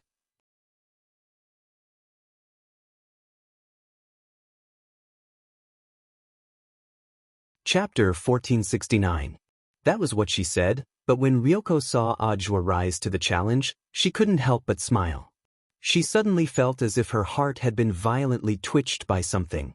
The man in front of him was the publicly acknowledged liar of the Jiogong family. Cunning, treacherous, dirty, old liar. Ever since Kyoko Ryoko had learned of Ajwa's name 6 years ago, these words had practically become the Kyoko family's stereotype of him. She was the eldest daughter of the Jiogong family, and had come to Huashio Nation to redeem her family's glory and expand their market. Only the members of the Jiogong family could understand this kind of hatred for Ajwa, the desire to kill him as soon as possible. But now, the young girl realized that things didn't seem to be as she had imagined. As one of the future heirs of the Q family, Q Ryoko naturally knew how powerful the brush fairy was. That was a ghost formed from powerful resentment, whose strength was infinitely close to that of a loose immortal. Back then, the Jiogong family had paid a huge price to capture him, but now he had been killed by Ajwa with one stroke of his sword. Could it really be Ajwa who had killed the Demon King 6 years ago? However, his true state was not just at the Golden Core realm. At this time, Ryoko Kwamiya had mixed feelings. She suddenly felt that this man, who had clearly been labeled by the Jiogong family, had suddenly become mysterious. But now was not the time to talk about this. Ajwa was just an external problem for the Jiogong family. Ryoko Kamiya had come to Huashio Nation this time to solve an external problem. In the end, not only was the external problem not solved, but the internal problem was also not solved. It even led to the internal problems of the Jiogong family. Instead, it was Ajwa who laughed at it. At that moment, Ajwa had already caught the other 2 accomplices of the leader. Their faces were deathly pale. Although they weren't injured, the yin qi had entered their bodies, causing them to tremble all over. They originally wanted to seize the opportunity to escape, but in the end, they couldn't even walk. You'd better behave yourselves. Ajwa smiled at the 3 of them. You've seen my strength. Catching you is as easy as flipping my hand. Besides, this is Huashio Nation, not Sun Island. Are you really Ajwa? On the ground, the man with the black ear studs gasped for breath. Because Ajwa had acted in time, his life had been saved. If the pill hadn't entered his body in time, the brush fairy would have sucked his life force dry. Asterisk asterisk asterisk. I am Ajwa. He didn't deny his identity. Now that things had come to this, there was no need to keep them in suspense. He laid his cards on the table. Let's save the unnecessary words for later. Now you need to answer classmate Kamiya's questions. Staring at the 3 people, Ajwa gave the interrogation to Kamiya Ryoko. Vigilance and vigilance remained in his eyes. Once these people tried to attack the girl, he would not hesitate to draw his sword. However, based on the current situation, stubbornly resisting was only a small possibility for these 3 people. Ryoko Kwamiya walked over and saw that the other 2 were not injured, but their faces were deathly pale. There was a trace of doubt in his heart. When the brush fairy appeared, they were clearly in the same environment. But why didn't she feel any discomfort? Could it be Ajwa? Ryoko Kamiya was not a fool. She thought of the only possibility, and her cheeks started to heat up again. So as she walked over, she took off her heavy black cloak, intending to cool herself down. The white off-the-shoulder short-sleeved shirt and super short jeans showed off Ryoko's good figure in one glance. Because the cloak was airtight, the girl's short-sleeved shirt was slightly soaked in sweat, and her snow-white bra strap was vaguely visible. Ajua's eyes went wide as he thought that apart from her chunibu dark style, this girl actually had this side to her. Perhaps sensing Ajua's gaze on her, Ryoko hurriedly covered herself and glared at him. Ajua smiled bitterly and hurriedly took off his suit jacket to put it on the girl. His suit jacket had always been very thin, so it was perfect for her. "Who wants to wear your things?" The girl's temper still hadn't changed. She said no, but her body was very honest. Ajua felt that he was getting used to it. She tightened her suit jacket, then stared at the three people in front of her. These three people could be considered tactful. After the leader recovered his strength, he also got up, and the three of them knelt in a neat row in front of Ryoko. "First of all, names." Ryoko's voice returned to its icy tone. "My name is Masahide Inoue, they call me Brother Wei." The man with the black ear studs said, "The two on the side are my little brothers, but they actually don't work for the Ryoko family. It's just that I usually call them out when I'm doing things. I also help them get their tattoos. The one on the left is codenamed Maka. The one on the right is called Chives." Ajua. "So you're collectively known as the Aphrodisiac Trio?"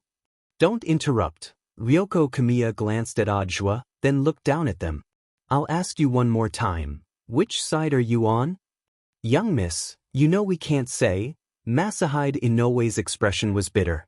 "Since I'm from the Ryoko family, I must have been cursed by a ghost. So young miss, you can try to guess.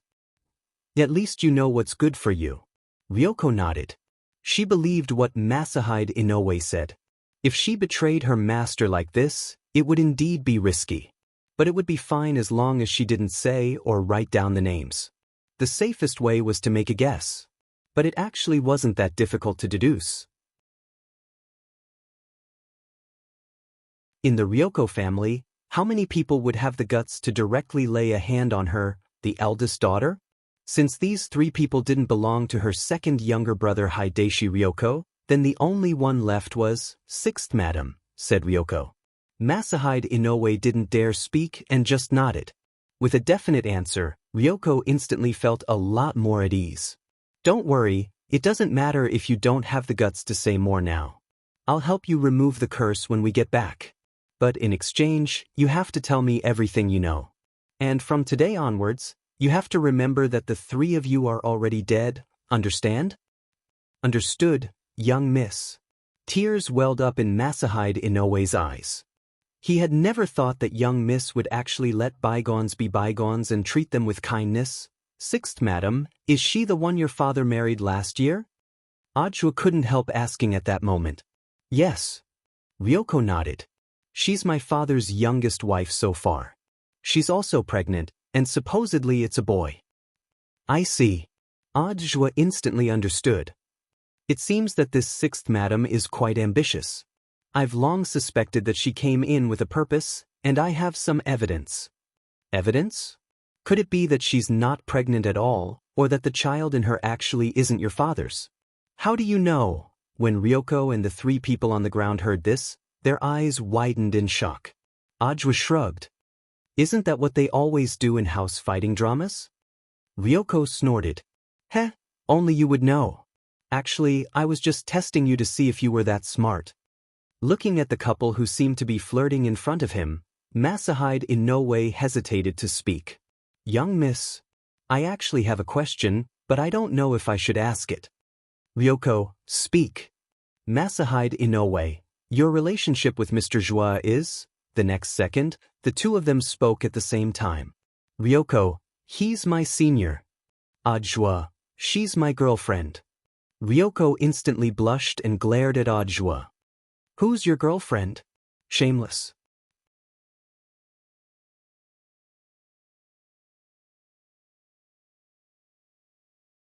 Chapter 1470. "I understand." Masahide Inoue nodded solemnly. Everyone knew that eldest Miss Ryoko was famous for being a tsundere. If she denied it, that would mean, no. You don't understand. Ryoko stared at Masahide Inoue. I promised to let you go, but remember, don't make me angry. Otherwise, the consequences will be very serious, understand? Yes, I understand. Brother Wei nodded like a chicken pecking at rice. For him, there was no need for an explanation now, because the situation was already very clear. Miss Kuya Ryoko was obviously anxious. If it wasn't for the fact that there was someone else behind her, why would she be in such a hurry to explain? If it had been a few days ago, there wouldn't have been a second possibility for Ryoko to have blushed. That was 100% because she hated Audiobook the moment she heard the name Audiobook. But the girl's flushed face indeed had another meaning. Because Audiobook wasn't quite what she had imagined. Not only was he not a liar, he was actually a capable man. There was no way he could have cultivated to this level in just 6 years. Thus, Ryoko deduced that Audiobook was definitely faking his golden core stage, and that his real strength was definitely more than that. But so far, Ryoko had yet to find out why Audiobook had hidden his realm.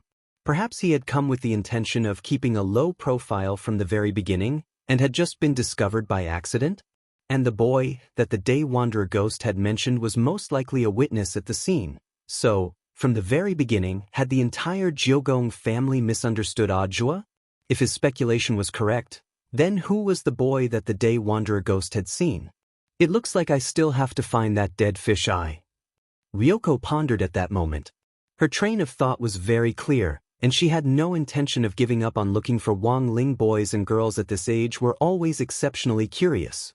After this sudden incident, Ryoko Kumiya began to be wary of the Kumiya family disciples she claimed to have carefully selected from Sun Island to help her in her work. There was definitely a mole in the villa, but she still couldn't confirm who it was. Although that private doctor Kimura Daiwa was a suspect, the girl didn't have any concrete evidence at the moment. So, what are you going to do next? Audiobook looked at the girl with an indescribable love in his eyes. Think of a way to settle the three of them down nearby. I will send someone to watch and protect them, Ryoko Kwamiya said. Don't tell me they just happened to send a mole? Audiobook smiled. Don't worry, this time it's my trusted aide. You should have met him in school before. Oh, I remember. You mean your personal female bodyguard? Her name is Junko. She has been with me since I was a child. There won't be any problems. Understood.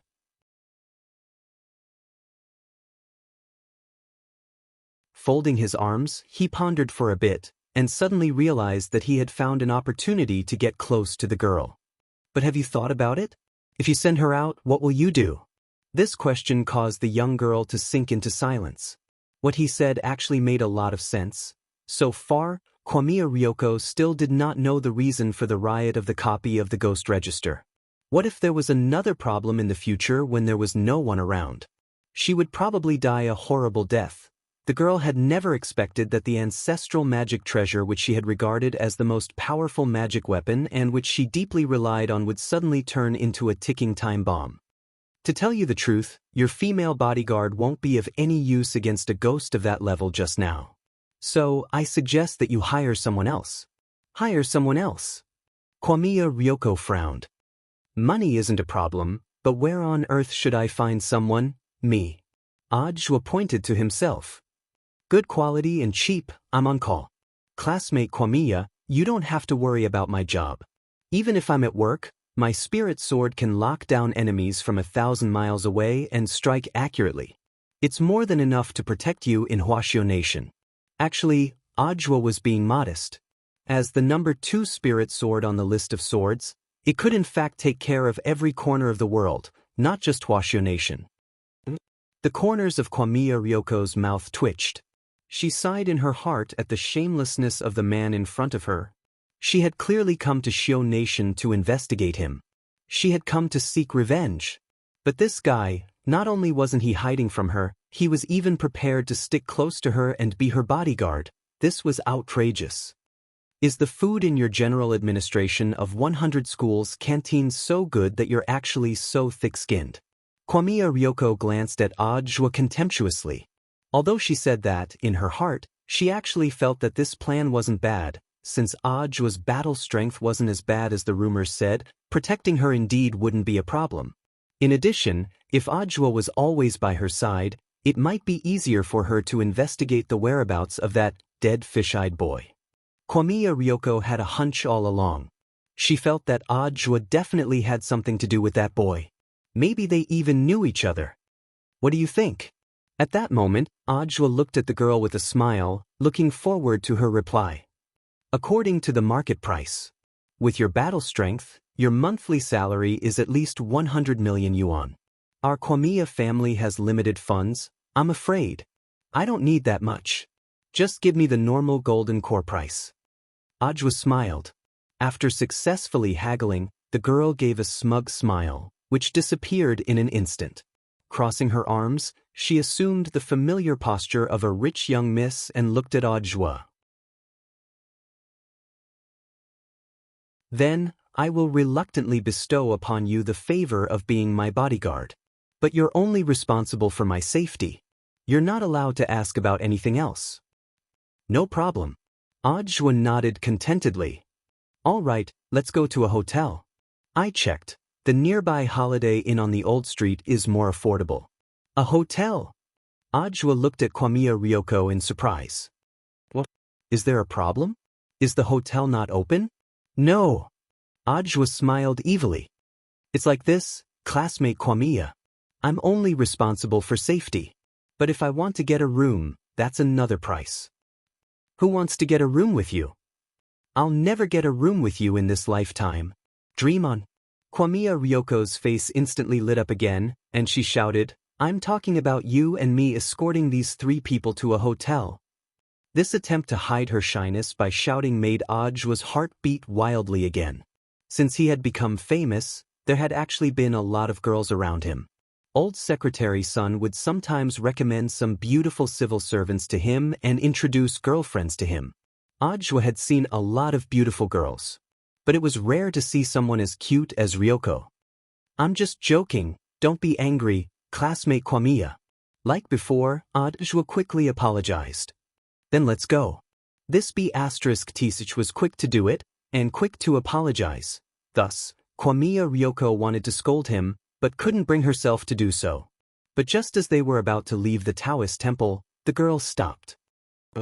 I suddenly thought of something.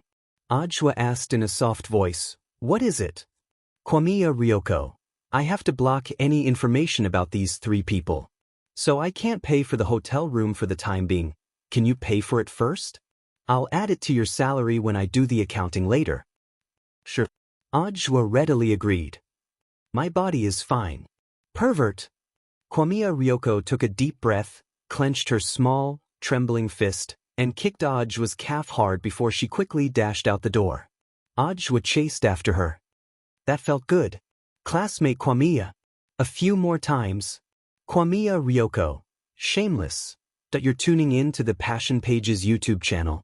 We're so grateful for your support, and don't forget to subscribe to join us on this incredible journey through captivating stories.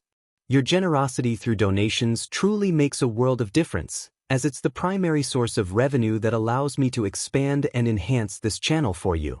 Thank you from the bottom of my heart for being a part of this adventure.